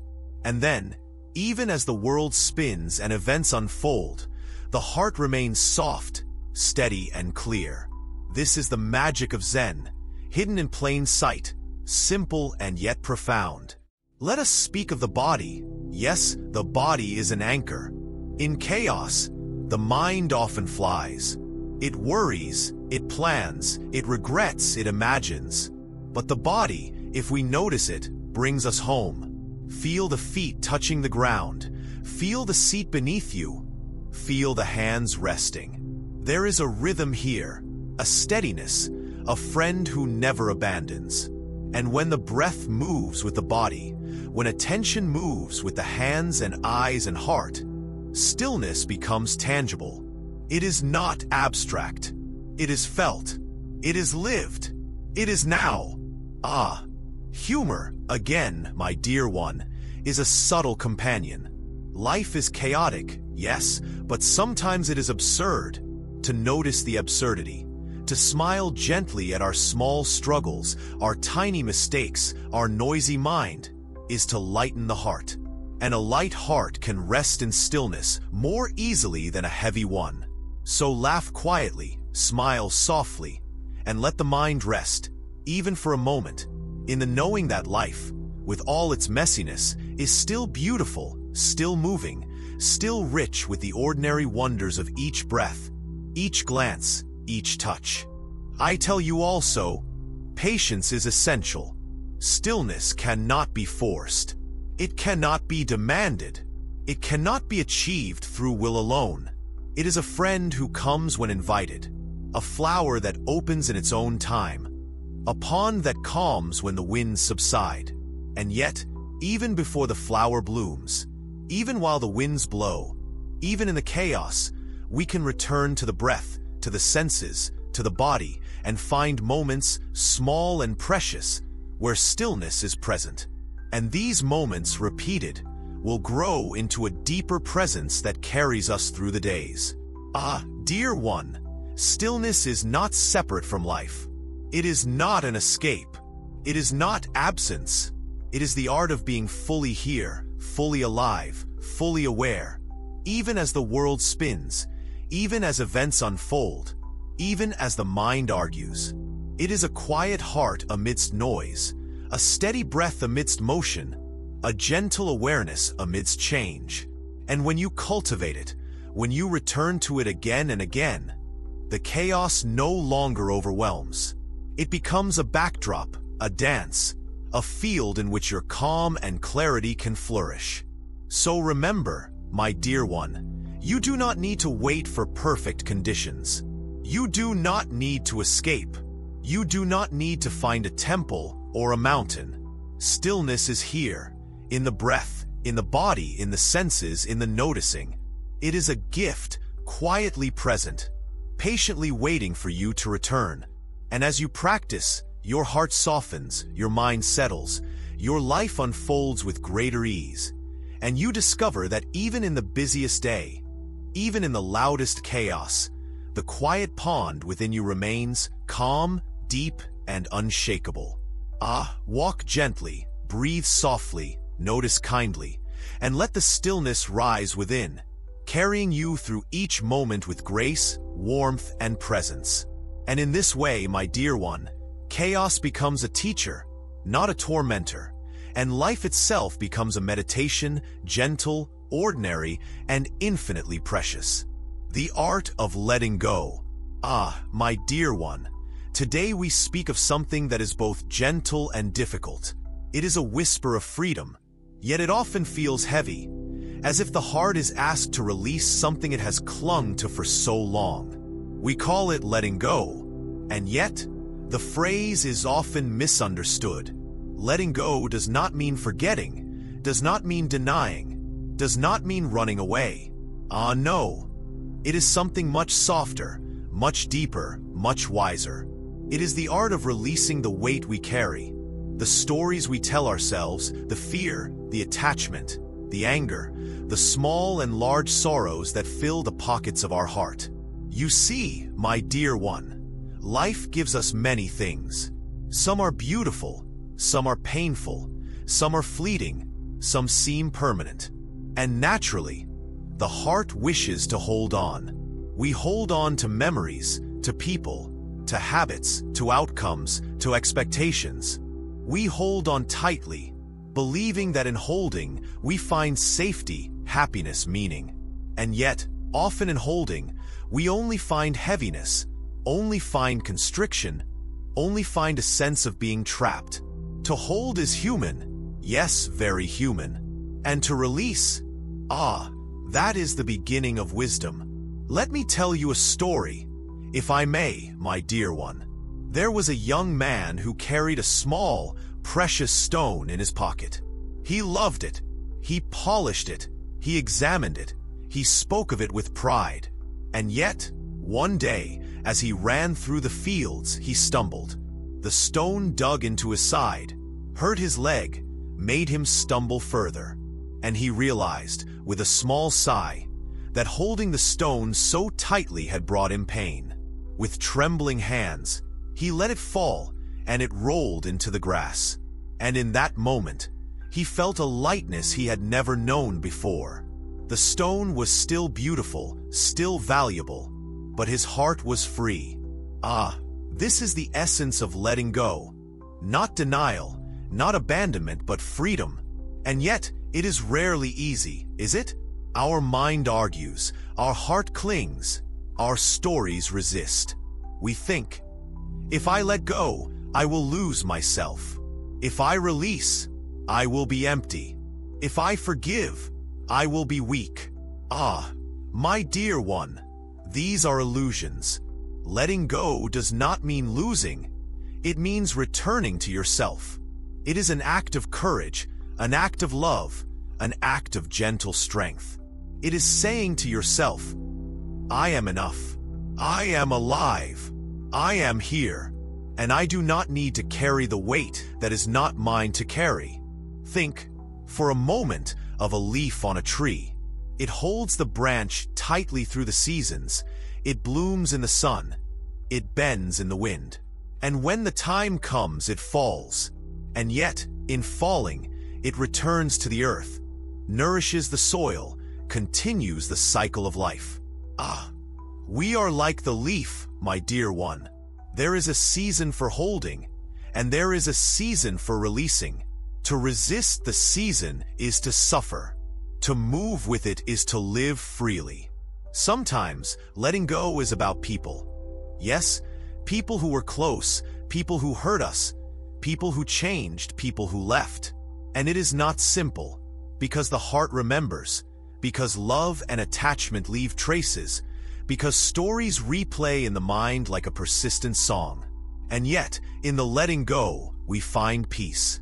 Not because we stop caring, not because we forget, but because we stop clinging to what cannot be held. We make space for life to breathe, for moments to arrive, for joy to appear without the weight of the past pressing down. Other times, letting go is about our own expectations, our own control, our own imagined outcomes.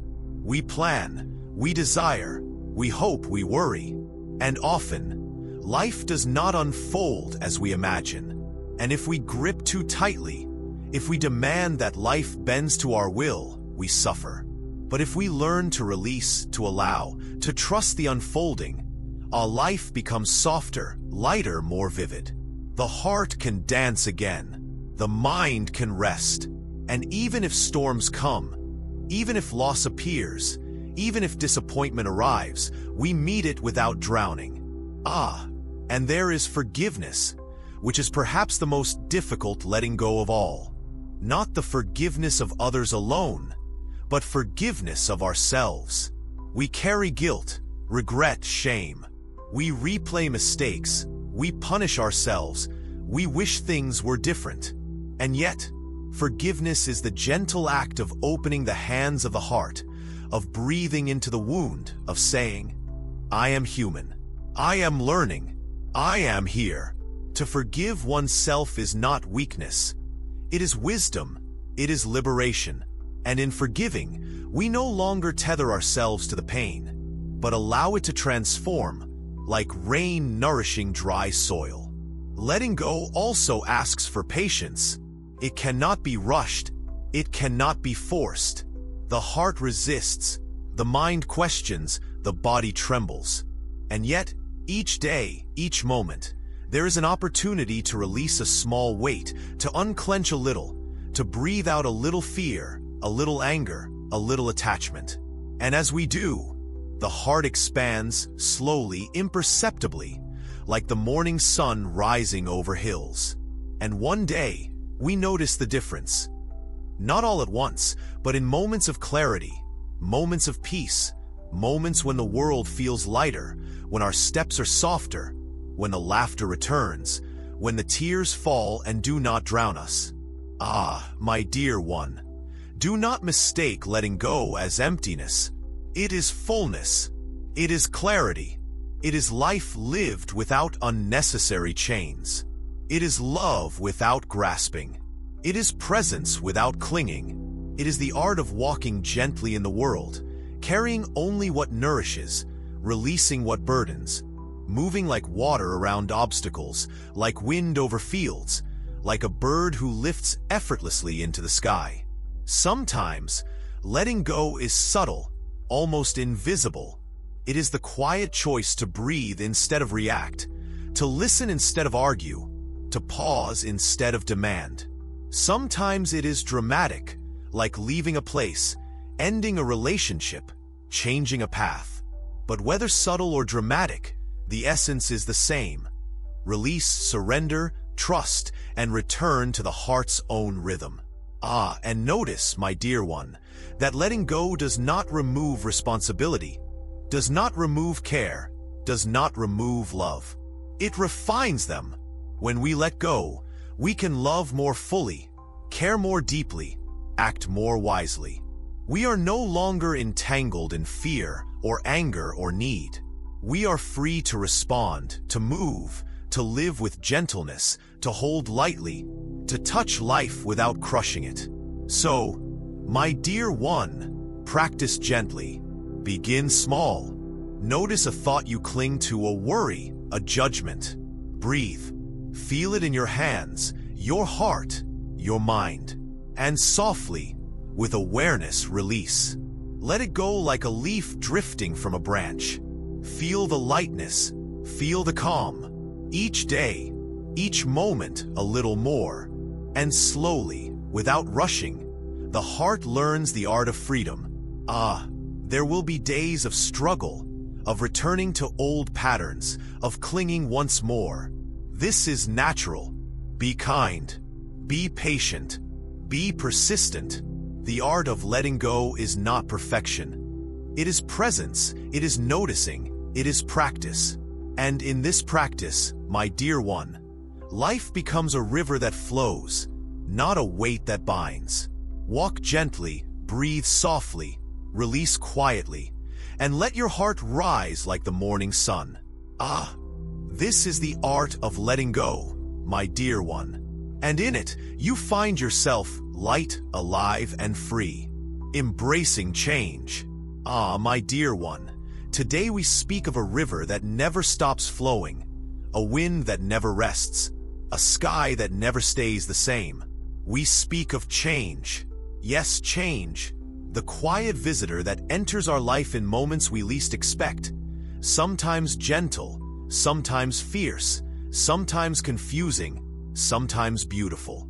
You see, many people resist change, cling to what is familiar, hold on tightly to the comfort of yesterday, the safety of routine, the predictability of what they know. And yet, my dear one, change is the heartbeat of life. To resist it is to struggle with the very nature of existence itself.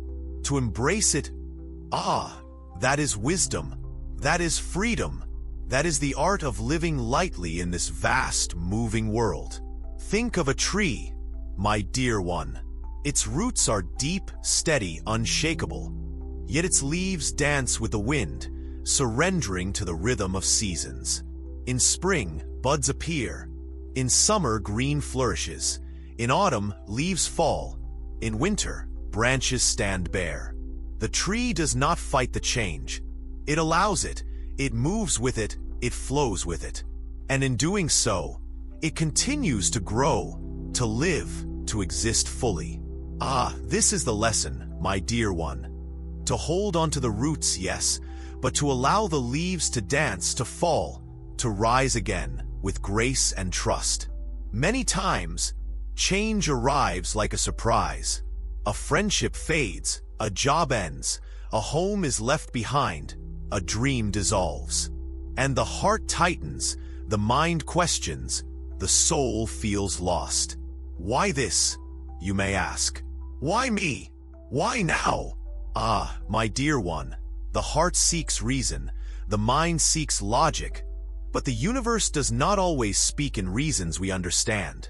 Change is not punishment, it is not reward, it is movement.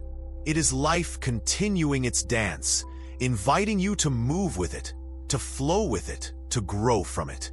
Even in the moments that sting, even in the nights that feel endless, change carries a hidden gift. I remember a student once, sitting by the river, tears quietly tracing his face. He had lost what he thought defined him.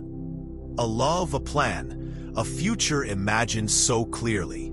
And he asked me, "Master, how can I be happy when everything I know is gone?" I smiled gently and said, my dear one, happiness is not in holding on to what is gone. It is in embracing what comes, even when it is unknown.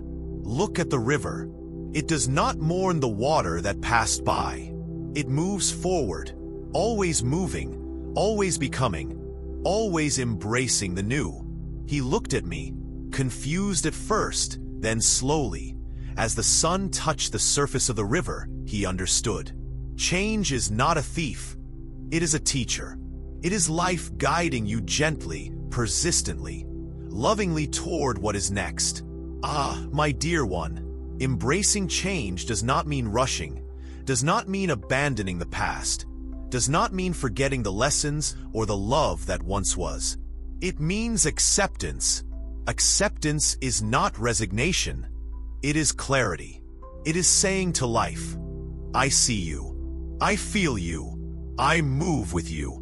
And in this movement, the heart begins to breathe. The mind begins to soften. The soul begins to smile. Like the wind through the bamboo, we sway, we bend, we adjust. And yet, we do not break. Sometimes, embracing change is subtle, almost invisible. It is in waking up each morning, noticing the small differences, letting go of yesterday's expectations, greeting the day as it is, not as you imagined. It is in conversations where you listen more than speak, in choices where you trust rather than force, in moments where you pause instead of resisting. Little by little, these small acts of acceptance build a river of resilience in your heart, and you discover a joy that is steady, not dependent on circumstances, not chained to outcomes.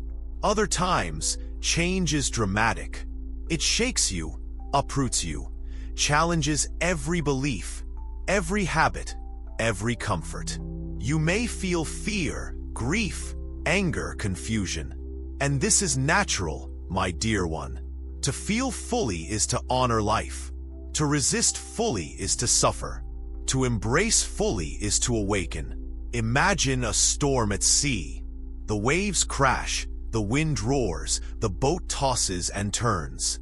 If you fight the waves, you may capsize. If you surrender to their rhythm, you float, you steer. You navigate the tempest with skill and presence. Change is the storm, my dear one, and embracing it is learning to sail. Embracing change also means embracing yourself. Often, when life shifts, we forget that we are capable, that we are resilient, that we can grow in ways we never imagined. Change invites you to meet yourself again, to discover hidden strengths, new perspectives, untapped courage. Sometimes it shows you that the fears you carried were smaller than they seemed. Sometimes it shows you that your heart is bigger than your losses. And sometimes it shows you that the life you feared losing is not the life you truly need. My dear one, life is a gentle teacher, and change is its patient lesson. And notice, my dear one, that embracing change is a practice, not a one-time act. Some days, you flow easily, like water over smooth stones. Other days, you stumble, resist, long for what was. And this is natural. Be kind. Be patient. Be present. Each moment is a chance to adjust, to breathe, to soften. Each moment is a chance to choose life over fear, flow over resistance, curiosity over despair. And slowly, imperceptibly, you discover that life is not a thing to be held tightly, but a dance to be moved with, step by step, breath by breath, heart by heart. My dear one, there will be moments when the past calls, when memories cling, when doubts whisper.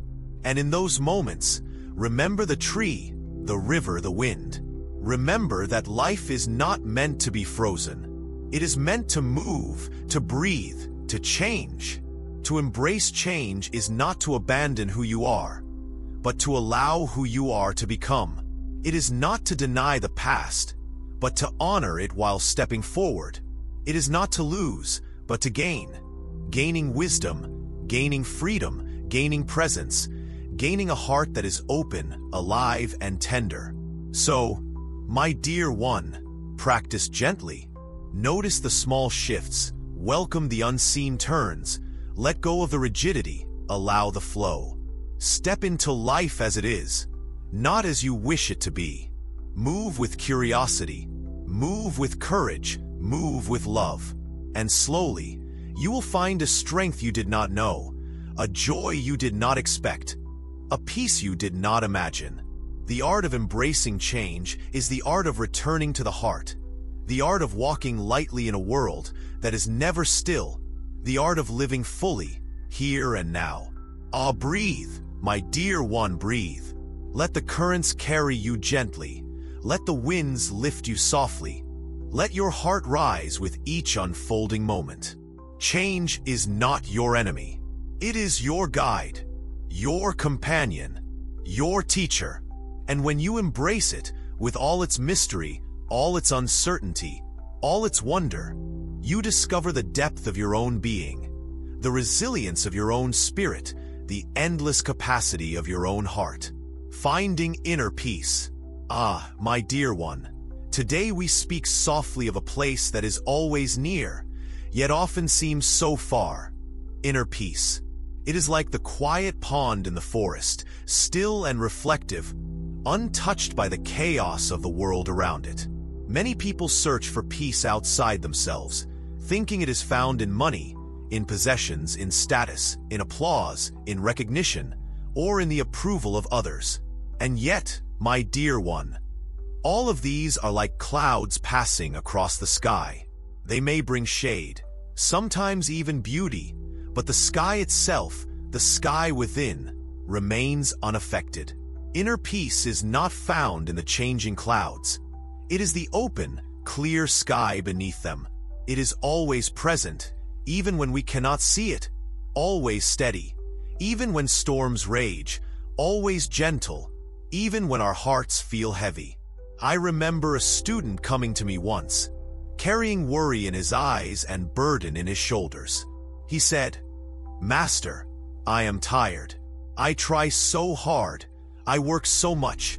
I do so many things, and yet I cannot feel calm. My mind never stops. My heart never rests. How do I find peace?" I looked at him, seeing the weight he carried, and I spoke quietly. "Ah, my dear one, you are looking for peace as if it were a treasure hidden somewhere far away. But peace is not hidden. It is not something you find by doing more, by achieving more, by grasping more. Peace is like the breath you are taking right now. It is already here. You only need to notice it, to allow it, to return to it again and again, with patience and gentleness. Ah, yes, the breath, my dear one. It is a simple thing, so ordinary, yet so profound. When we focus on our breath, truly feel it, we begin to notice the subtle rhythm of life itself. Inhale, exhale, inhale, exhale, and slowly, the mind quiets, the body softens, the heart begins to open. The breath is a bridge to peace, a doorway to stillness, a reminder that no matter what is happening outside, there is a sanctuary within. And it is not a place to escape from life, no. It is a place to return to life more fully, to meet each moment with clarity, with kindness, with calm. Many times, my dear one, people confuse peace with silence of the world or absence of problems. But true peace is not the absence of noise, of difficulty, of fear, of sorrow. True peace is the presence of calm within, even amidst the noise, even amidst the challenges, even amidst the storms. It is like the lotus, rooted in the mud, growing through the murky water, yet blossoming pure and radiant above the surface. Your heart can be like that lotus. You can feel the hardships, the chaos, the pain, and yet rise above them, soft, open, serene, untouched by the turbulence below. I remember walking with another student in the garden. He was frustrated, angry, and restless. Every little thing irritated him. Every sound disturbed him. Every person seemed wrong. And he asked me, "Master, how can I be calm when the world is so unfair?" I smiled and said, "Ah, my dear one, the world is like a mirror. It shows you what is inside you. If the mirror is shaking, the reflection will shake. If your heart is still, even a storm cannot disturb the reflection. You cannot control the wind. You cannot stop the waves, but you can calm the water in your own cup. And there, my dear one, peace begins." Ah, notice, my dear one, that finding inner peace is not about becoming someone different. It is not about perfection, about escaping yourself, about erasing thoughts or feelings. No, peace is about embracing yourself fully, even with all the imperfections, the fears, the doubts, the sadness, the anger, the joy, the love, the grief. Peace is not denying what is, it is embracing it. It is saying to yourself, "I am here. I am enough. I am alive. I am feeling. I am breathing." And in that gentle acknowledgement, the heart softens, the mind quiets, the soul smiles. Sometimes, finding inner peace requires letting go of attachments, of expectations, of grudges, of shame, of regret. Ah, the heart clings to so many things, thinking it is keeping them safe, thinking it is protecting itself. But clinging brings tension, resistance, and noise. Letting go is a gentle act of trust. Trust in life, trust in yourself, trust in the unseen currents that guide you. Letting go is like opening the hands that are holding tightly to the past, allowing life to flow, allowing the moment to be, allowing yourself to rest in the natural rhythm of existence. And there is forgiveness, my dear one. Forgiveness is a key to peace. Not only forgiving others, but forgiving yourself. Ah, how heavy the heart becomes when burdened with guilt, with shame, with self-criticism. But when you soften, when you allow compassion for yourself, when you breathe gently into your own mistakes, your own fears, your own weakness, you feel a lightness, a quiet, a space where peace can dwell. Forgiveness is the medicine of the heart, a balm that soothes, a river that cleanses, a light that warms.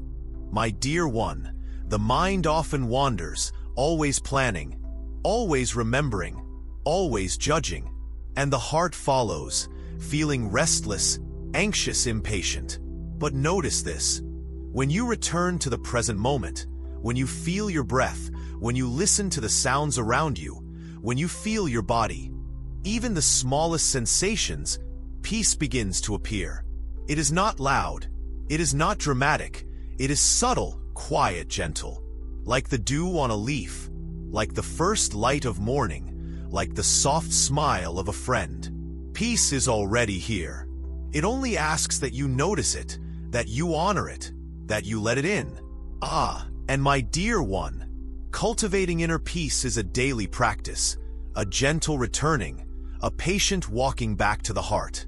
Some days are easier, some days are harder. Some mornings, the mind is calm, the body soft, the heart light.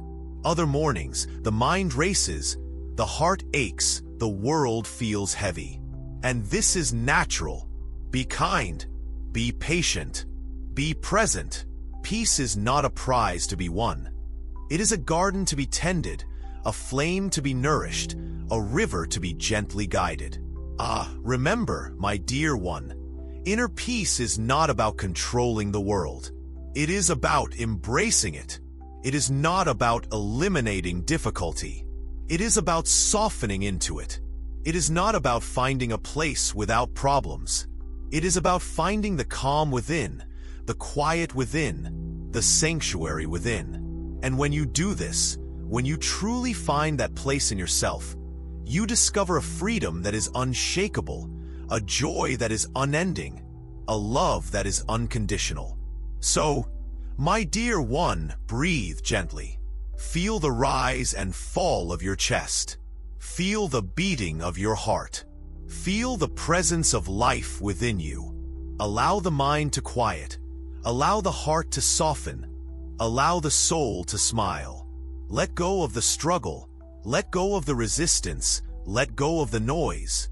And slowly, with patience, with kindness, with tenderness, you will find that the pond is still, the wind is gentle, the sky is wide and open. You are home, my dear one. You are at peace. Ah, peace is not a destination. It is a companion. It is not something to chase. It is something to uncover. It is always here, always waiting, always present, like the quiet heartbeat beneath the surface of your busy life. And when you rest in it, truly rest in it, you discover the depth of your own being, the simplicity of your own heart, the endless capacity of your own soul to be calm, to be gentle, to be alive, to be at peace.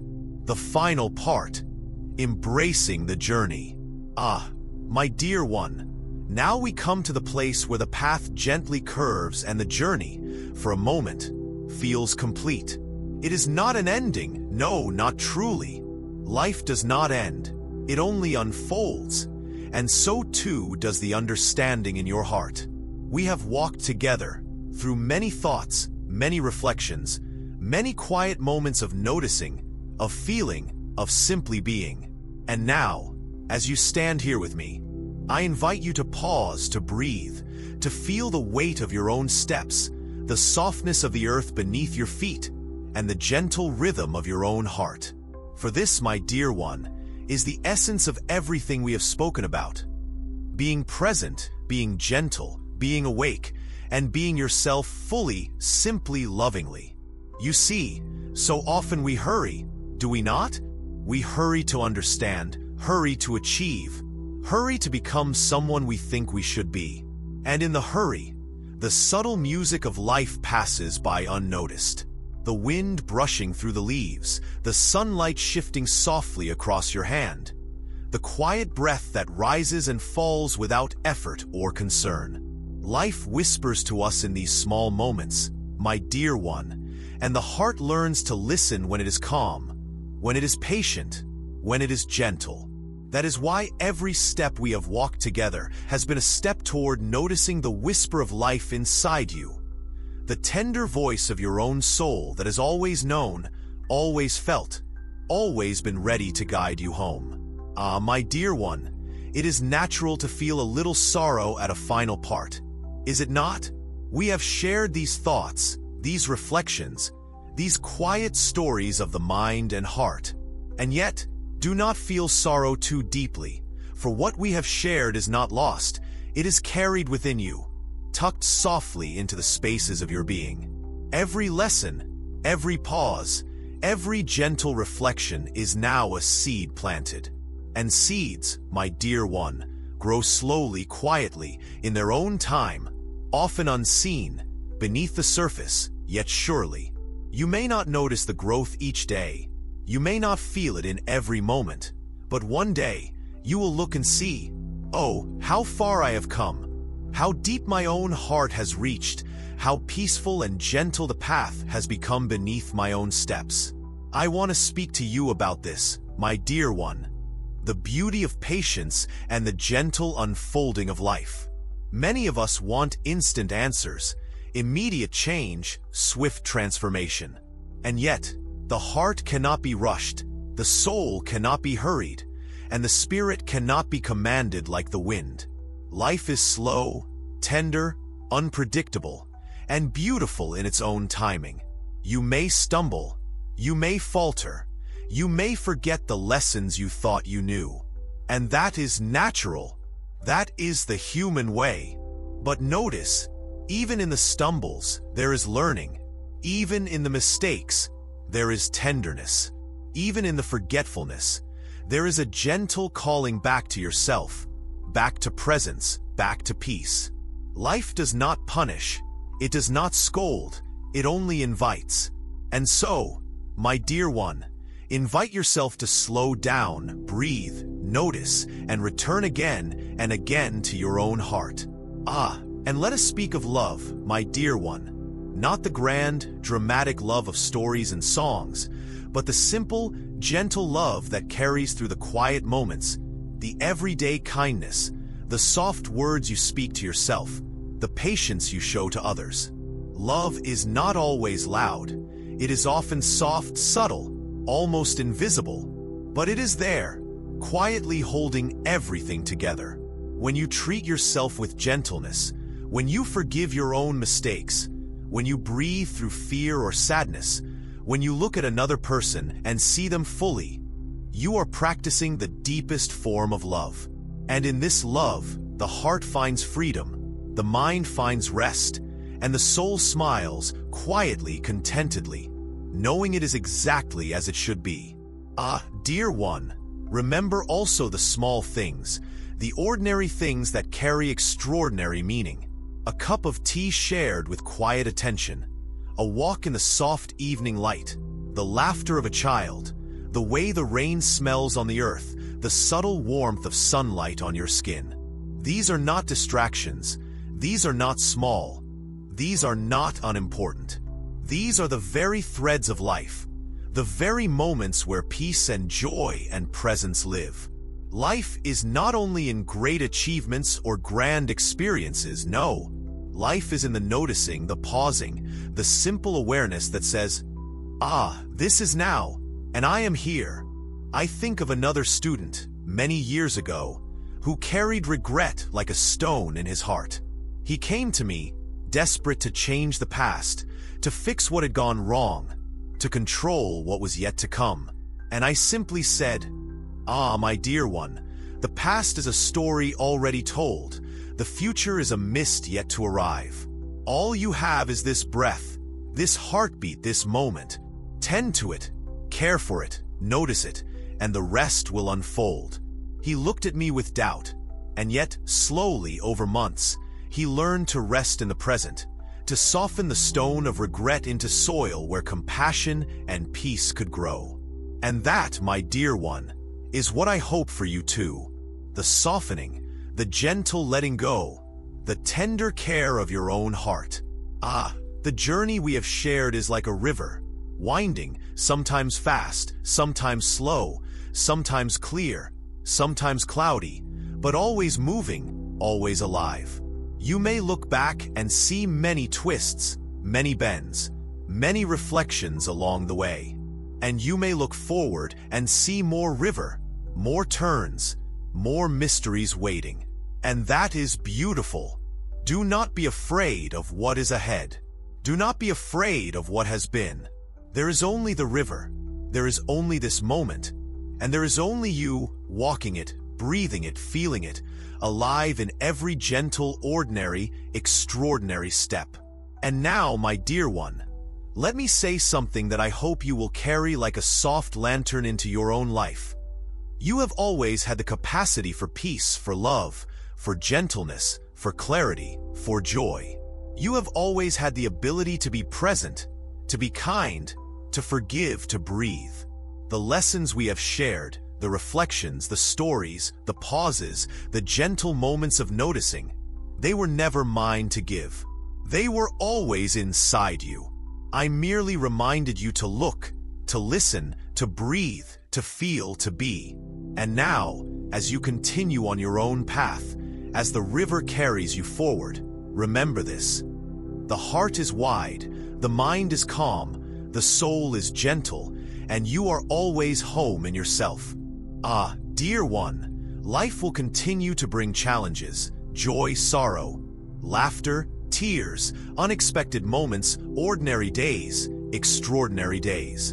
And through it all, you can carry the quiet knowing that you are enough, that you are whole, that you are capable, that you are loved by the simple, steady, invisible rhythm of life itself. Walk gently, speak kindly, breathe deeply, notice the small wonders, forgive generously, love fully, and return again and again to the gentle sanctuary within. That sanctuary is your true home, and it will never leave you. So, my dear one, as this final part comes to its gentle close, let your heart rest for a moment. Let your mind quiet. Let your soul smile softly. Take a deep breath, in and out, slowly, tenderly, like the wind passing over the leaves, like the river gliding through the valley, like the sunlight touching the morning. And remember, always remember, the journey is yours, the path is yours, the life is yours, and peace is not somewhere you go. It is who you are, always, already, here and now. And so, my dear one, with the warmth of my heart, the quiet of this moment, and the gentle light of understanding, I leave you here, fully, simply, lovingly, ready to walk your own path. Carry peace, carry love, carry presence, carry yourself with kindness, and may your heart always know that it is home, always enough, always gentle, always free.